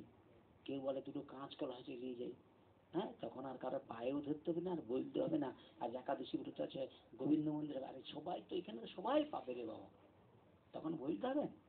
ওখানে নিয়ে গেলে ভগবানের সেভাবে এই প্রীতিটা তৈরি হোক, তারপরে তো ভক্ত হবে রে বাবা। মনে হচ্ছে না যদি ওখানে একাদশী দিন যাব, যদি আরো 200 করে দেয়, তাহলে আমরা লুরু ভরাবো। কেন, একাদশী হবে, পাঠ শোনা হবে, তারপরে হচ্ছে প্রসাদ হবে, আর 200 টাকা করে মজুরি হিসাবে দেওয়া হয়। মায়েরই বলে দিই, এরপরে যদি এরকম কেউ আসে তুমি বলবে, আমি তাকে ভিক্ষা করে নিয়ে সেরকম চেষ্টা করবো, যদি মজুরি দিয়েও আপনাদেরকে হরি কথা শুনিয়ে যদি হরি ভক্তি করানো যায়। নাহলে হবে নি। এরপরে দেখবেন শ্রোতাদেরকে না টাকা দিয়ে শ্রোতা তৈরি করতে হবে, নাহলে হবে নি। ওরে শ্রোতার কে কার সময় নষ্ট করে, পাঠক তো এত সব বলে, ও তো বুঝলে 200 পাবে। আমি বলি যে মা কিচ্ছু মানে ও 200-300 দিতে নেই, ওগুলো তোমরা নিয়ে নাও, শুধু আসো। বুঝলি, কেন আবার মনে হবে বলে একই সঙ্গে আসতেছি, ও আসতেছে আমি আসতেছি, সবাই সবকিছু ত্যাগ করে আসছে, ও তার তো এত যদি এত, ও তো 200 নিয়ে যাচ্ছে। ভাই দরকার নেই, তাও দিতে হবে না, তোমরা তার নিয়ে নাও দরকার ভাগ করে, শুধু একটু শুনো আর প্রীতিটাকে বজায় রাখো। প্রীতি না থাকলে কোনো কিছু নেই, ভগবান গ্রহণই করবে না প্রীতি, ভগবান ভাবটাকে গ্রহণ করবে। তা সেই জায়গায় দাঁড়িয়ে ভগবান কি করলেন, সুদামার সেই চিরা প্রীতির সহিত ভগবান ভক্ষণ করলেন। যেমন পরাশরের হাত থেকে কলার চাপা ভক্ষণ করলেন, আর তাতে সেই সুদামার ঘর বাড়ি রাজপ্রাসাদ পরিণত হয়েছিলেন। যেই খেয়েছে ভগবান তো জানতে পেরে গিয়েছে। পরাশরী মনে মনে চিন্তা করছে না, দারিদ্রতা যেন এটা ভগবান গ্রহণ করে, তার দারিদ্রতা বুঝতে পারে, তার দারিদ্রতা যেন দূর হয়ে যায়। ভগবান অন্ন গ্রহণ করলেও কে কি মনে দিচ্ছে সেটাও ভগবান জানতে পারে। এই যে আপনারা ধরুন, এই যে বাড়িতে তো ভাগবত করছেন, ডাকছেন, আপনি না বুঝেন, ভগবান আপনাকে বুঝেন। বুঝেছেন, আপনি কোন জায়গা থেকে কত টাকায় কোন জায়গা থেকে টাকা নিয়ে আসছেন, কিরকম মনোভাব আছে, কিরকম কি চিন্তা, সেটা আমি বুঝতে পারিনি মানুষ, কিন্তু ভগবান বুঝে নেয়, ঠিক না? তাদের ভগবান দেখলো সুদামা যে চিড়াটা নিয়ে আসছে, সুদামা স্ত্রী পরাশরী যখন চিড়াটা ভেজেছিল, মনে মনে চিন্তা করছেন, কৃষ্ণ রাজা, আমাদের এত দরিদ্র, যদি কৃষ্ণ এই চিড়াটা গ্রহণ করে আমাদের দারিদ্রটা দূর করে দেয়, সেটা দেখেছেন। তাদের আপনি মনে মনে চিন্তা করছেন একাদশীর দিন, হ্যাঁ, মনে মনে চিন্তা করছেন একটু ভগবানের জন্য একটু মিষ্টি দেবো, তো মনে মনে চিন্তা করছেন, হ্যাঁ মিষ্টিটা দেবো ঠিকই, কিন্তু যদি 20টা দেই, তাহলে মেয়ের ঘরে 5টা এখন দেবে, আচ্ছা মেয়ে জামাই ঘরে 5টা, ঘরে আমাদের 5 জন 5টা, তাহলে 20টা আছে, ওখানে 10টা ওদেরকে দিয়ে দেবো ঠাকুর মন্দিরে। তাহলে তুমি মিষ্টিটা বাজার থেকে কিনেই আগে মেয়ের ঘরে পাঠালো, নিজের বাড়িতে 10টা রাখলাম, ভগবানের কাছে 20টা আইলো না 10টা আইলো, 10টা তো আগে তুমি তোমার ঘরে রেখে দিচ্ছ। কথা বলছি, বুঝেছ? আমারও হয় এরকম চিন্তাধারা, বুঝেছ? তো সেই জায়গায় দাঁড়িয়ে কি করলেন ভগবান, কি করলেন, তাকে রাজ ঐশ্বর্য দিলেন, সুদামার সেই রাজপ্রাসাদ সবকিছু পরিণত হয়ে গেলেন। তাহলে সুদামার তো আর দুঃখ থাকার কথা কি বাবা? যদি কেউ দুঃখ থেকে যদি সম্পত্তি পেয়ে যায়, তার আনন্দ হবে না দুঃখ হবে? হ্যাঁ, কিন্তু সুদামার কি হয়েছে দেখো। সুদামা কি করলেন, রাজপ্রাসাদ পরিণত হয়েছে, তাতে সুদামা বিপ্র আনন্দিত না হয়ে বরং দুঃখ পেয়েছিল, যে হায় হায় কি বড় আমার সর্বনাশ হয়ে গিয়েছে। বলে কেন? বলে ওই রাজপ্রাসাদে পেয়ে সুদামা জানতে পারছে ভগবান যাকে এটা দিয়ে দেয় তার ভজনটাকে সর্বনাশ হয়ে যায়, তার ভজন থাকে না। নিতাই গৌর হরি বল। এই জন্য মা কুন্তী ভগবানের কাছে আঁচল পেতে দুঃখ চেয়েছিল। কারণটা কি? বলে দুঃখ যার ভগবান তার। আর আমরা শুধু ভগবানকে ডাকাবো শুধু এই যেন পূর্ব মেদিনীপুরের মধ্যে টপ র্যাঙ্কে থাকি, যেন বড় পাঠক হয়ে যেতে পারি, কেউ মনে করে বড় পণ্ডিত হয়ে যেতে পারি, কেউ মনে করে সবচেয়ে বড় যেন ঘর বানাতে পারি, কেউ মনে করে যেন 100টা গাড়ির মালিক হয়ে যেতে পারি। এগুলো তো সব জড় ধন, কিন্তু চিন্ময় ধনটা কি? হে ভগবান, আমার কুমোর চোখে জন্ম হয়েছে, আশপাশ এই চত্বরে যত গ্রামে যতজন আছে, আমি যেন এই আসনে বসে সবাই পরমাত্মার কল্যাণের জন্য ভগবান তোমার চরণে যেন এই কুমোর চোখ গ্রামে প্রত্যেকটা মানুষের যেন শুদ্ধ প্রেম এবং ভক্তি লাভ হয়, যেন মনের মধ্যে মনের পরিবর্তন হয়, চেতনা জাগ্রত হয়, তবেই তো। তা সেই জায়গায় দাঁড়িয়ে তিনি দুঃখ পেয়েছিলেন। এই দেবদুর্লভ ধন সম্পত্তি নিয়ে ভগবান কৃষ্ণ আমাকে বঞ্চনা করলেন। এই দেবদুর্লভ, দেবতারা যেই ধন পায়নি আমি সেই ধন পেয়েছি, কিন্তু এটা ধন দিয়ে আমার সঙ্গে বঞ্চনা মানে আমার সঙ্গে খারাপ ব্যবহার করলো। আমি এগুলো পেতে চাই না, আমি চাই কৃষ্ণ সেবা। এই দেখেন কি চায় ভগবান শ্রীকৃষ্ণের সেবা। তাহলে সেবাটা কেমন থাকবে? বিনিময় কিছু থাকবে না। তদ্রূপ কিছু মনে করো না, আমি আমার কথাই বলছি, আমি ধরুন এখানে বসে ভগবানের মহিমা কীর্তন করছি, কিন্তু এই কীর্তনে ভগবান কি খুশি এটাও আমাকে অনুভূতি করতে হবে। আপনারা খুশি নয়, ভগবান খুশি হয়ে যাবে। কথাটা বোঝার চেষ্টা করুন। আপনারা যারা ভক্ত ভগবানের কথা শুনছেন, আপনি যদি খুশি না হন, ভগবান খুশি হবে কেমন করে? আর পৃথিবীতে এমন কেউ জন্মায়নি সে ভগবানও পর্যন্ত কাউকে খুশি করতে পারে না। আমি তো শ্রীকান্ত মিত্র, বুঝেছেন? আমি একজন সাধারণ একটা জীব। ভগবান এসে ভগবানকে দেখুন কেউ ডাকেনি, ভগবানকে মানেনি, এরকম লোক বিপদে পড়লে ভগবান, হ্যাঁ আমার আপনার চোখ নেই দেখতে পারেন, কোনোদিন ডাকেনি, বিনিময়ে ভগবানকে গায় আছে নাই জগতে? আমাদের দেশে করে বেশিরভাগ 99% একটু যদি কিছু হয়ে যায় ভগবানকে কত গালি নিন্দা করে, কিন্তু এরা ভগবানকে ডাকে। ডাকাটার একটা মুখ্য উদ্দেশ্য, সারা জীবন শুধু সুখটাই খুঁজে, আর না হলেই বাধা পড়লেই বাস ভগবানকে গালি গালা। বুঝেছেন? তাহলে মানুষ জানে যে ভগবানকে ডাকলে সুখ পাওয়া যায়, শান্তি পাওয়া যায়। তাহলে তার সুখ শান্তি যদি পাওয়া যায় তাহলে আগে থেকে ডাক, তার দুঃখ তো তোর কাছ থেকে চলে যাবে না, ডাকবেনি, বিনিময়ে গাইবে। তো ভালো কথা, সেই জায়গায় নারী কি করলেন না, কৃষ্ণ সেবা বা কৃষ্ণ প্রেম বৈভব সুখে মোহিত হয়ে কৃষ্ণকে ভুলে যায়। তাহলে সে চাচ্ছে কৃষ্ণ সেবা চাচ্ছে, কৃষ্ণ প্রেম চাচ্ছে। কেন না? বৈভব সুখ মানে এই যে এত রাজপ্রাসাদ, এগুলো বৈভব সুখ। এই বৈভব সুখে মোহিত হয়ে এই জগতের জীবরা কি হয়, কৃষ্ণকে ভুলে যায়। ভগবান যাদেরকে ধন ঐশ্বর্য দেয় তাদের কাছ থেকে প্রেমটা নিয়ে নেয়, আর ভগবান যাদের কাছে ধন ঐশ্বর্য দেয় না, দুঃখ দেয়, ভগবান তাদের কাছে প্রেম বস্তুটা দান করে। এবার তুমি কোনটা চাও বলো? তোমার যদি তোমার আপনজন যদি তোমার কাছ থেকে চলে যায় বা সরে যায়, এটাই আপনার ভজনের পরম মঙ্গল। ও থাকলে তোমাকে বাধা করতো, ঝামেলা করতো, এটা করতো সেটা করতো। তুমি মনে করছো 8 ঘন্টা আগে আসবে, সেগুলো তুই আমার এটা করে দিয়ে যেতে হবে। সেখান তো কোনো কিছু নাই, ফাঁকা। খেলি কি না খেলি কি কোনো ব্যাপার নেই। কি তাহলে নারদ ঋষি বলছে কি, আমার মা যে এই যে সাপে কাটায় মারা গেছে, এটা দুঃখ না, এটা ভগবানের কৃপা। বলে কেন? নারদের কথা বললো, বলে এই জগতে আমার একটা মোহ ছিল, আমার মায়ের সঙ্গে আমার সম্বন্ধ মোহটা আজ থেকে কেটে গিয়েছে, আমি একা হয়ে গেছি। আর একা যা শুদ্ধ চিত্তে ভজন সাধন করে ভগবানকে পায়, তারা নিতাই বুঝেছেন? তো সেই জায়গায় নারী কি করলেন না, বৈভব সুখকে তিনি আকাঙ্ক্ষা করছে না, বৈভব সুখকে তিনি পরিহার করছে, পরিত্যাগ করার কথা বলছে, যে সুখটা এই জড়জগতে যেগুলো এগুলো সুখী নয়, সেগুলো ত্যাগ করো। হে কৃষ্ণ,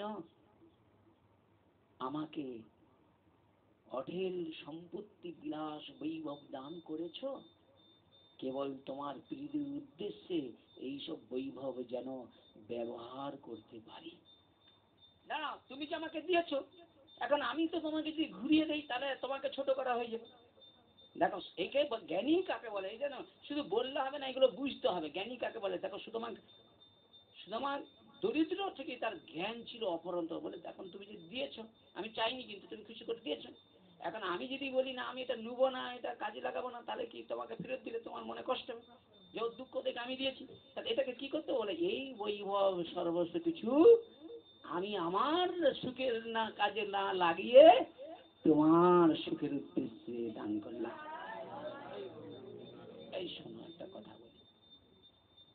একজন পাঠকের কাছ থেকে মোটরসাইকেলে আস্তে আস্তে করে এই ঘটনাটা শুনেছিলাম। আমি মেচকগ্রামে গিয়েছিলাম, ওই পাঠক আমার মোটরসাইকেলে আস্তে আস্তে বলছিল, বলে আমি ঘাটালে গিয়েছিলাম, সেই পাঠক বলছে, ঘাটালে দুই ভাই, আমি এটা শুনেছি ওনার বদন থেকে, দুই ভাই খুব দরিদ্র, ওরা এত দরিদ্র দুটো খেতেও পেত না।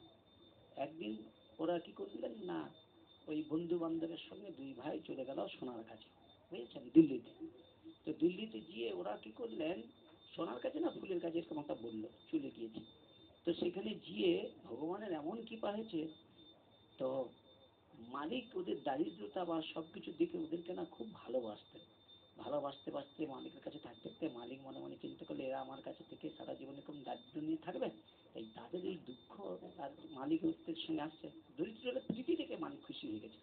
মালিক দুই ভাইকে কি করেছে, একটু দূরে অধূরে আবার দুই ভাইকে একটা দোকান করে দিয়েছে। দেখেন ভগবান কি জিনিস, দেখেন এই খুশি, ওরা প্রীতি, ওরা সত্য, মালিক ওদের দোকান করতেছে। আর দোকানটা এমন চলছে ভাই, দুই ভাই দেশ থেকে 20 জন নিয়ে যে কাজ করাচ্ছে, বুঝেছেন, আর অপুরন্ত টাকা আছে পাহাড়। কিন্তু শুনবেন, ওর যে দরিদ্রটাই তারা, সেই দরিদ্র সেই কুড়ার ঘর আজও আছে। সেইখান থেকে যেই অর্থ পেয়েছে সেই অর্থ দিয়ে 10 মানে মানে বিশাল 10 বিঘা না কত একটা এরকম জায়গা কিনেছে। তারা জায়গা কিনে তারা মঠ তৈরি করেছে, যাতে ওই গ্রামের সবাই এসে ওখানে নিত্য নিত্য কৃষ্ণ কথা হরি কথা শ্রবণ করতে পারে। মনে মনে চিন্তা করলো, ঘর কার জন্য করব, বিষয় কার জন্য করব, বিবাহ কার জন্য করব, ওই সব করলে ছেলে পুত্র ওইগুলো ধরে টানাটানি করবে। দুই ভাই বিবাহ করে না, তারা ওই সব করতেছে, ভাবেন। আর আমরা হলে মুখে বলবো এক নধন, আর সেদিক দিয়ে গিয়ে এসে শুধু বলবো এটা করব সেটা করব ওটা করব, ফাটিয়ে দিব ওটা, ঠিক আছে। তা সেই জায়গায় নারী কি করলেন, ভগবানের প্রীতির উদ্দেশ্যে কি করলেন না, তিনি মনে মনে চিন্তা করলেন এত ঐশ্বর্য বৈভব কেবল ভগবানের উদ্দেশ্যে ব্যবহার করা কর্তব্য। ভগবান দিয়েছে যখন ভগবানের উদ্দেশ্যে দান করব। তাহলে আজকের প্রশ্ন, ভগবান কাকে দেয়নি কিছু বলুন তো, হাত তুলুন আপনাদের, কাকে কি দিতে বাকি রাখছে বলুন, আপনারা বলুন, ভগবান আপনাদের কি কি দিতে বাকি রাখছে?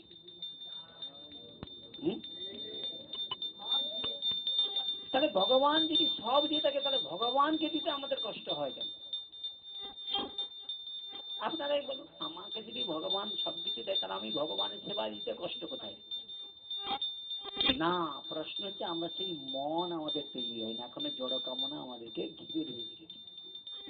আর যখনই দেখবেন আপনার কোনো মুক্ত জনের হবে, তখন মনে হবে আমার সারাদিনে 100 টাকা রোজগার, 100 টাকার 20টা টাকা যেন ভগবানের সেবায় লেগেছে।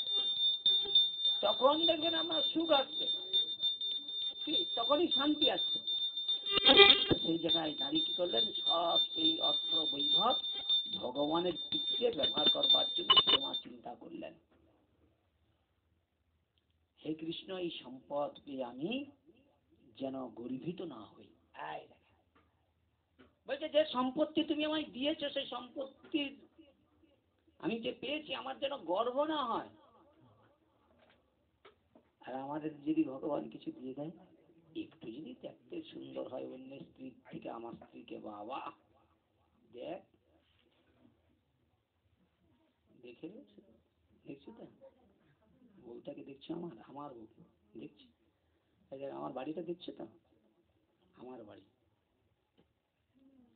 আমার তো দেখছো তো। এবার বলা যায় যদি সব যদি তোমার হয় যাওয়ার দিন, তাহলে তুমি নিয়ে যাও বাবা, সঙ্গে করে নিয়ে বউটা, বাচ্চাটা, টাকা পয়সা, ধন ঐশ্বর্য, হ্যাঁ বৈভব, এগুলো নিয়ে যাও।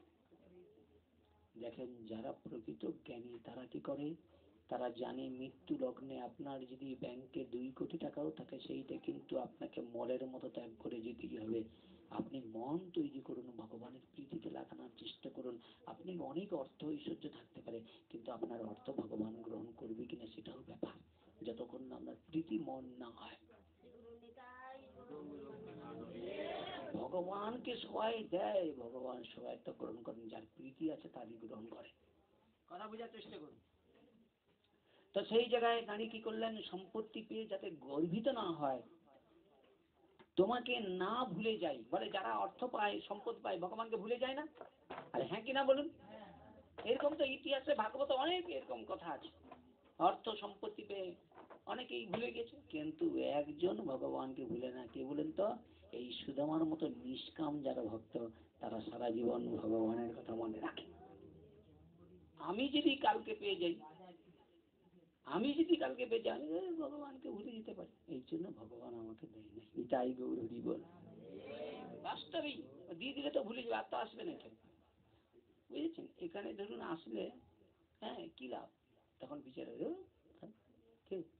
এখন আমার মনে হয় এখানে বসলে লাভ আছে, ওখানে বসলে কি হয়, জড়ে জগতে কিছু আসবে, কিন্তু এখানে হলো চিন্ময়, এখানে যতটা থাকবো ততটাই পরম মঙ্গল। এখানে থাকলে আয়ু বৃদ্ধি হয়, এখানে থাকলে সৎসঙ্গে স্বর্গবাস হয়, সৎসঙ্গে চিত্তের পরিবর্তন হয়, সৎসঙ্গে দিব্য আনন্দ অনুভব হয়, সৎসঙ্গে বসে যে আনন্দ হয়, সে আনন্দ এই সংসারে অন্য কোথাও থেকে লাভ করা সম্ভব নয়। নিতাই গৌর হরি বল। তা সেই জায়গায় দাঁড়িয়ে বললেন, এই সম্পত্তি পেয়ে আমি যতই গর্বিত না হই, অহংকার যেন না আসে, তোমাকে না ভুলে যাই, সবই তোমার। সব কার? সব কিছু কার? কৃষ্ণের তো। এইবার আসুন, তাহলে যদি কৃষ্ণ হয়, তোমাদের গানের যার যার দুল আছে সব কৃষ্ণের, ওইখানে খুলে দিয়ে যাও দেখি। কিছু মনে, আরে আমি একটা কথা বলি, তোমরা তো জেনে গেছো যে সব ভগবানের। ঠাকুর আমি একটা বলছি, কৃষ্ণের আছে, বেশি পড়তে নাই।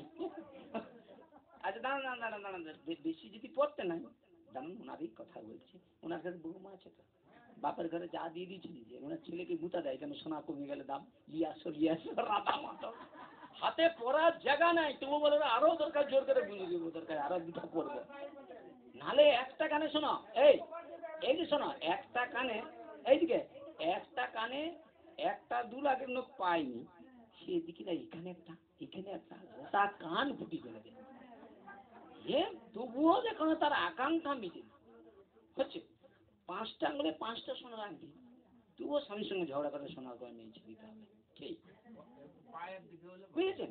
তো সেই জায়গায় দাঁড়িয়ে সবই কার? ভগবানের। এই বোধরা যখন এসে যাবে, মা কিছু মনে করো না, এখানে যে আমি চ্যাংলামি করে বললাম খোলা নয়, তখন আপনার ঘরে যদি গোপালটাকে বলে, দরকার নাই গোপাল, এটা খুলে নিলে না, যেদিন হ্যাঁ আমার কানে থাকবে, আমি যেদিন থাকবো না, আমার স্বামী আমার পুত্র খুলে নেবে, তার থেকে মোর গোপালকে বেঁচে থেকে তার কানে পরিয়ে দেবো, 14 পুরুষও কোনোদিন খুলতে হাত যাবে নি। তাই গৌরী বল, তবেই তোমার সুখ, তবেই তোমার শান্তি, ভগবানের কে পরিয়ে দেবো কি। আর দেখেন তোমার আজকে দেখুন, তোমার যেগুলো আছে সেগুলো তো তোমার পরিজন খুলে নিবে রে বাবা, কিন্তু তোমার গোপালের যদি থাকে, সে খুলতে পারবে?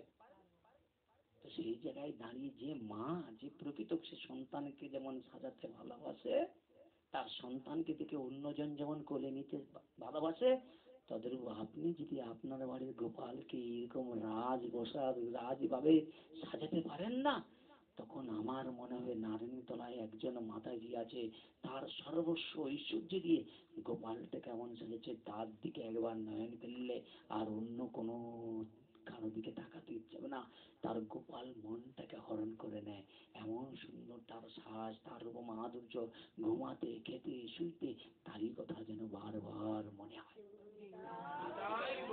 এই শোনো, এই পূর্বে আমি মায়াপুর গিয়েছিলাম, জানেন তো?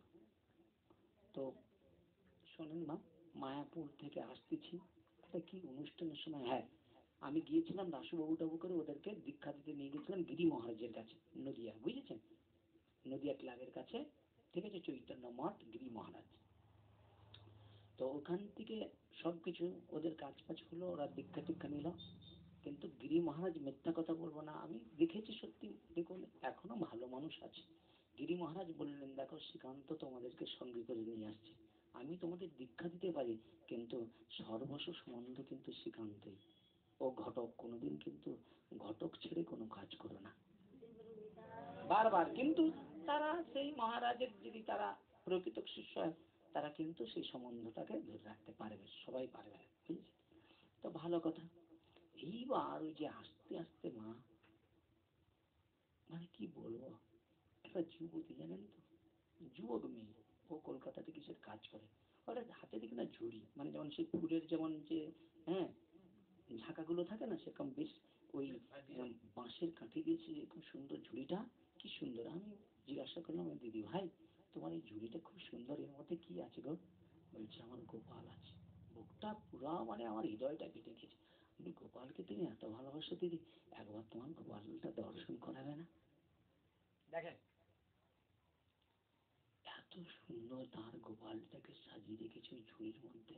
বলে জানো ভাই, আমি একটা কর্মসূত্রে কলকাতাতে থাকি, কিন্তু আমি কোনোদিন আমি আমার গোপালকে ছেড়ে এক মুহূর্ত থাকি না। বলে কি বলেন দিদি? বলে হ্যাঁ, কি সুন্দর তার গোপালটাকে সাজিয়ে রেখেছে, এত সুন্দর, মানে ওই ঝুড়ির মধ্যে তোর মনটা ভরে যাবে মা। বেশি যে মানে বিশাল মন্দির টন্দির নয়, ঝুড়িটাকে এত সুন্দর মন্দিরের মতো সাজাইছে, বারবার দেখতে ইচ্ছে হয় মা। তারপরে আমি বললাম, দিদি তোমার এই গোপালকে দেখে দর্শন করে আমার খুব আনন্দ হয়েছে, কিন্তু একটা কথা বলবো দিদি, তুমি যে গোপালের সেবা করো, গোপাল খুশি কিনা তুমি জানার চেষ্টা করো না? বলে কি ভাই? আমি, যারা গোপাল সেবা করে তাদের গলায় মালা রাখতে হয় দিদি, আমি তোমার ভাইয়ের মতো, তোমারই কিচ্ছু দিতে হবে না, তোমার এই মায়াপুর থেকে আমি মালা নিয়ে যাচ্ছি দিদি, অনুরোধ করছি চাকরি করো, আমি জানি মালা রাখতে কষ্ট, একটা মালা দেবো পড়বে? বলে হ্যাঁ ভাই তুমি আমায় পরিয়ে দাও। মালা পড়লাম। হ্যাঁ, ভগবান দেখেন, ওগুলো তো পরে, আগে শুনুন, দীক্ষা আগে, দীক্ষার আগে অনেক, দীক্ষা তো অনেক দূরের কথা। ধরুন আমি একটা কথা বলি, দীক্ষা তো তুমিও নিয়েছেন আমিও নিয়েছি, কি যায় আছে? তো দীক্ষা নিয়েছিল প্রহ্লাদ, এই ধ্রুব দীক্ষা নিয়েছে, গুরুদেবের কথা শুনে 6 মাসে ভগবানকে পেয়েছে। তোমাকে যদি বলা যায় দীক্ষা নিয়েছে, বলে হ্যাঁ নিচ্ছি। কতদিন হচ্ছে? বলে 5 বছর 10 বছর। কি হয়েছে? কিচ্ছু নেই, যেমন কে তেমন, টাকার নেশাও কাটেনি, তারপরে কামনা বাসনাও কাটেনি, তাহলে আমার দীক্ষা দিয়ে কি হয়েছে? কি আমি বলুন, লোক বলে না তোমার দীক্ষা আছে, দীক্ষা তো সবাই রয়েছে, কার দীক্ষা আছে? সবাই তো বৈষ্ণব, এখানে কে বৈষ্ণব না? ওই যে যে চন্ডাল তার মধ্যেও বৈষ্ণবতা আছে, কি? তাহলে বৈষ্ণব কে নয়? ফোনটা ধরো, তোমাকে কথা বলি। তো সেই জায়গায় দাঁড়িয়ে প্রত্যেকের মধ্যেই বৈষ্ণবতা আছে, বিষ্ণুর সত্তা তো প্রত্যেকটার মধ্যে আছে। তাহলে প্রশ্ন হচ্ছে কি, ভগবান ওই বললো না, ভগবান এগুলো দেখে না, ভগবান ভাব গ্রহণ করে। একাদশী মাহাত্ম্যে এরকম একটা কথা আছে, আপনাদের বলি। এক রাজার একটা সন্তান ছিল, ওই সন্তানটা দুরাচারী পাপাচারী হলো। বাবা তো রাজা, রাজকার্য নিয়ে মেতে থাকতো, বাচ্চাটা অসৎসঙ্গ করতে করতে দুরাচারী পাপাচারী হয়ে গেল। আমি একাদশীর মাহাত্ম্যে পড়েছিলাম। কিন্তু ছেলেটা ব্রাহ্মণ বৈষ্ণবের নিন্দা করতেন। একদিন বাবা শুনে বললো, আস্পর্ধ মন্দনে, আমি ব্রাহ্মণ বৈষ্ণবকে না, আমি ভগবানের চোখে দেখি। যাকে দেবতারা পর্যন্ত বৈষ্ণবকে শ্রদ্ধা করে, সম্মান করে, আর যারা বৈষ্ণব নিন্দা করে, যত পূর্ণ থাকুক না কেন, জয় বিজয় যেমন পদচ্যুত হয়েছে, তাদের আপনাদের বলে যাচ্ছে আজকে প্রমাণ। হ্যাঁ, দেখবেন বৈষ্ণব নিন্দার ফল কি। আজকে আমি তো আপনাদেরকে, আমি তো রক্ত মাংসের করারে ভাই, বৈষ্ণব নিন্দা, যদি বৈষ্ণব চরণ যদি হয় ক্ষুদ্র অপরাধ, মহা ভোজনে পড়ে যায় বাদ। যদি বৈষ্ণবকে কষ্ট দেয়, বৈষ্ণবকে যদি কষ্ট দেয়, জন্মার্জিত পূর্ণতার থেকে চলে যায়। দেখুন, পরীক্ষিত মহারাজ বৈষ্ণব চরণে ক্ষুদ্র অপরাধ করেছিল, তার কারণে তাকে ব্রহ্ম শাপগ্রস্ত হতে হয়েছে। সেই জায়গায় দাঁড়িয়ে কোন কথাটা বলছিলাম মা? না, মালা পরার পরে যে কথাটা গেছিলাম,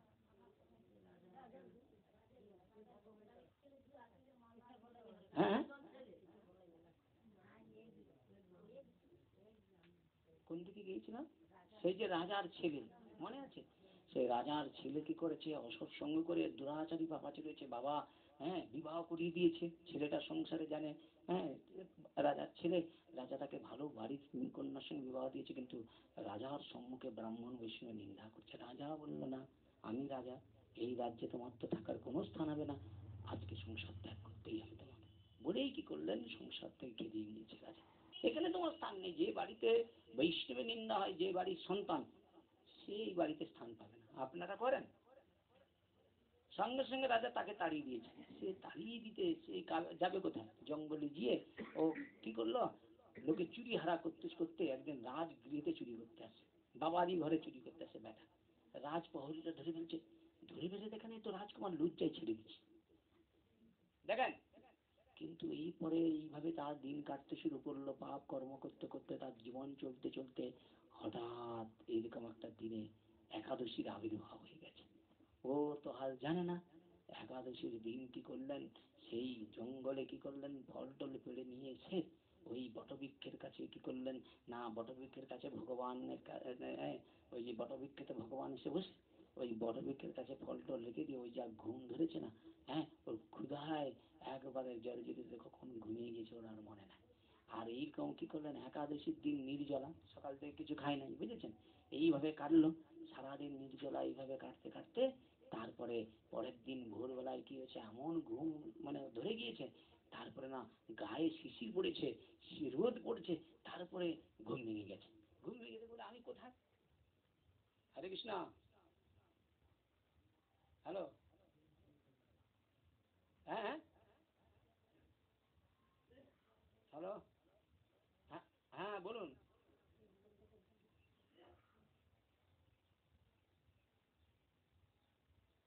কোথা থেকে বলছেন? আমি এখন পাঠে আছি, পরে ফোন করছি, রাখুন, একটু পরে ফোন করছি, আমি পাঠে বসে আছি আর কি। তো সেই জায়গায় দাঁড়িয়ে এখন সে 150 টাকা কি ভুল করে আমার ফোন পে করে দিচ্ছে, এই যাক, ভগবানের ইচ্ছা, প্রাপ্তি যোগ বেশি আর কি। আর দেবো না, কি করবো, রেখে দেবো, রেখে দেবো, 150 টাকা হলে আমাদের 10 তলা ঘর হয়ে যাবে কি। তো ভালো কথা, খুব মন দিয়ে শুনুন। সেই যা ঘুমিয়ে গেছে, যে ঘুমটা ভেঙে গেছে, আকাশবাণী হয়েছে, বলে এই রাজপুত্র, বলে কি, বলে তোমার অজান্তে একাদশী ব্রত হয়ে গিয়েছে। অজান্তে মানে ও জানেই না যে একাদশী ব্রত নির্জলা করে ফেলেছে, বুঝেছেন। আর সেই একাদশীর পূর্ণের ফলে ওকে সে আকাশবাণী হলো, তুমি রাজ্যে ফিরে যাও, তুমি রাজপথ আবার লাভ করবে। ওই যে রাজপুত্রটা ওর কিন্তু দীক্ষা দিচ্ছিল না, ও দীক্ষা নেয়নি। এবার আপনার প্রশ্ন হতে পারে, ও দীক্ষা নেয়নি, এটা হলো কি করে, বলে পূর্বজন্মের পূর্ণের ফলে অনেকের দেখবেন দীক্ষা নাও থাকলে গোবিন্দের কৃপা হয়ে যায় পূর্ণের ফলে। যেমন একটা কথা, এই যে ধরুন মহৎসঙ্গ, দেখেন আমি এমনি আসছি প্রসাদ পাওয়ার ধান্দায়, আমি তো এরকম গিয়েছিলাম, কিন্তু প্রসাদ পেতে গিয়ে আমি এইরকম যে মাকড় সাহেবের ফাঁদের মতো জড়িয়ে যাবো আমি জানতাম। এগুলো পূর্বজন্মের পূর্ণের ফলে, ওই জন্য কারো দেখবেন 8-এ এসে যায় লাইনে, আর যার পূর্ণ থাকেন দেখবে সে 80-তে আসে, ঠিক কিনা, আসে, হ্যাঁ কিনা বলুন।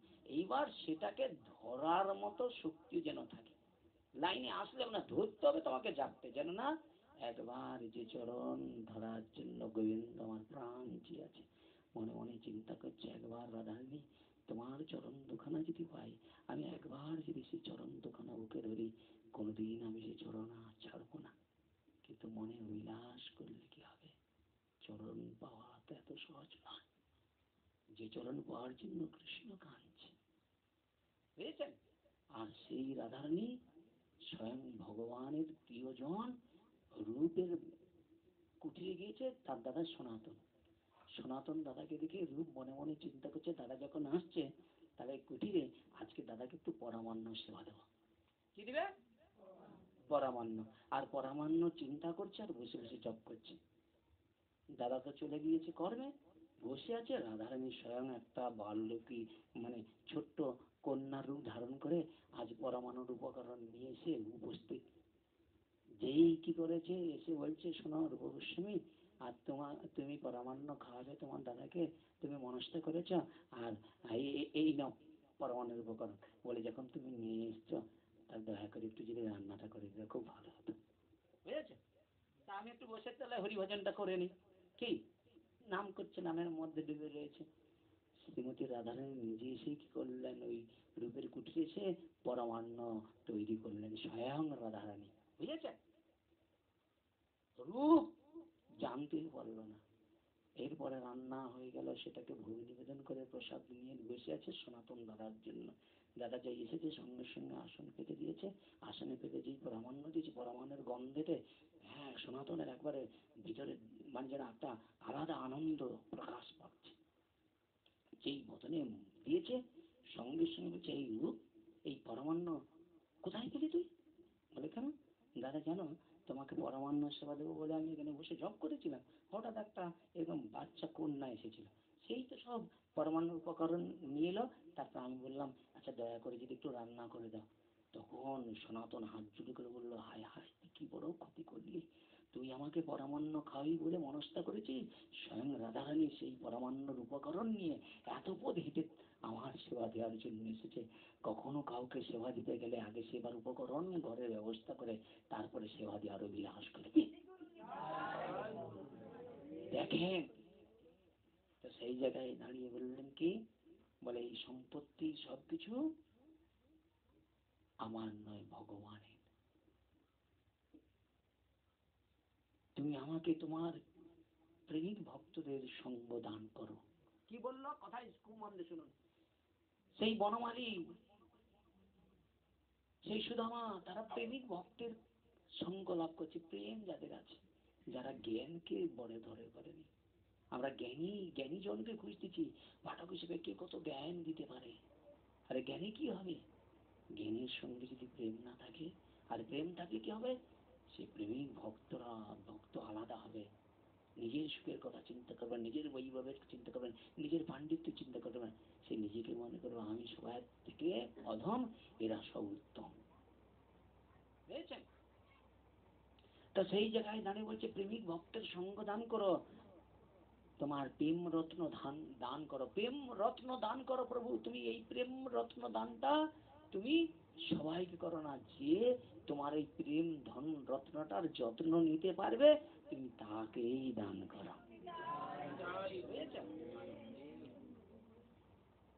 এমনি ভক্তি ভাব ছিল সুদামার, এমন ভক্তি ছিল সুদামার। সেই সুদামা বিপ্র গৌরাঙ্গ লীলাতে বনমালী রূপে গৌর হরির সেই নাম সংকীর্তনে প্রেমানন্দে বিভোর হয়ে মূর্ছিত হয়ে গিয়েছিল। নিতাই গৌর প্রেমানন্দে সেবতাং সেবতাং নিত্যং গীয়তাং গীয়তাং মুদা চিন্তিতাং চিন্তিতাং সৃষ্টি। শ্রীমদ ভাগবত গ্রন্থ কথা এইখানে রহিল আমার গ্রন্থের লহরী। পণ্ডিত বদনে বলুন নিতাই গৌর হরি। বাঞ্ছা কল্পতরুশ্চ কৃপা সিন্ধুভ্যৈব চ পতিতানাং পাবনেভ্যো সর্ব বৈষ্ণব চরণভ্যো নমো নমঃ। জয় শ্রীকৃষ্ণ চৈতন্য প্রভু নিত্যানন্দ, শ্রী অদ্বৈত গদাধর শিবাসাদি গৌর ভক্তবৃন্দ। হরে কৃষ্ণ কৃষ্ণ কৃষ্ণ হরে হরে, হরে রাম রাম রাম हरे हरे। ग्रंथराज श्रीमद् भागवत महापुराण की, भक्त वत्सल भगवान की, दाय गौर प्रेमानंदे।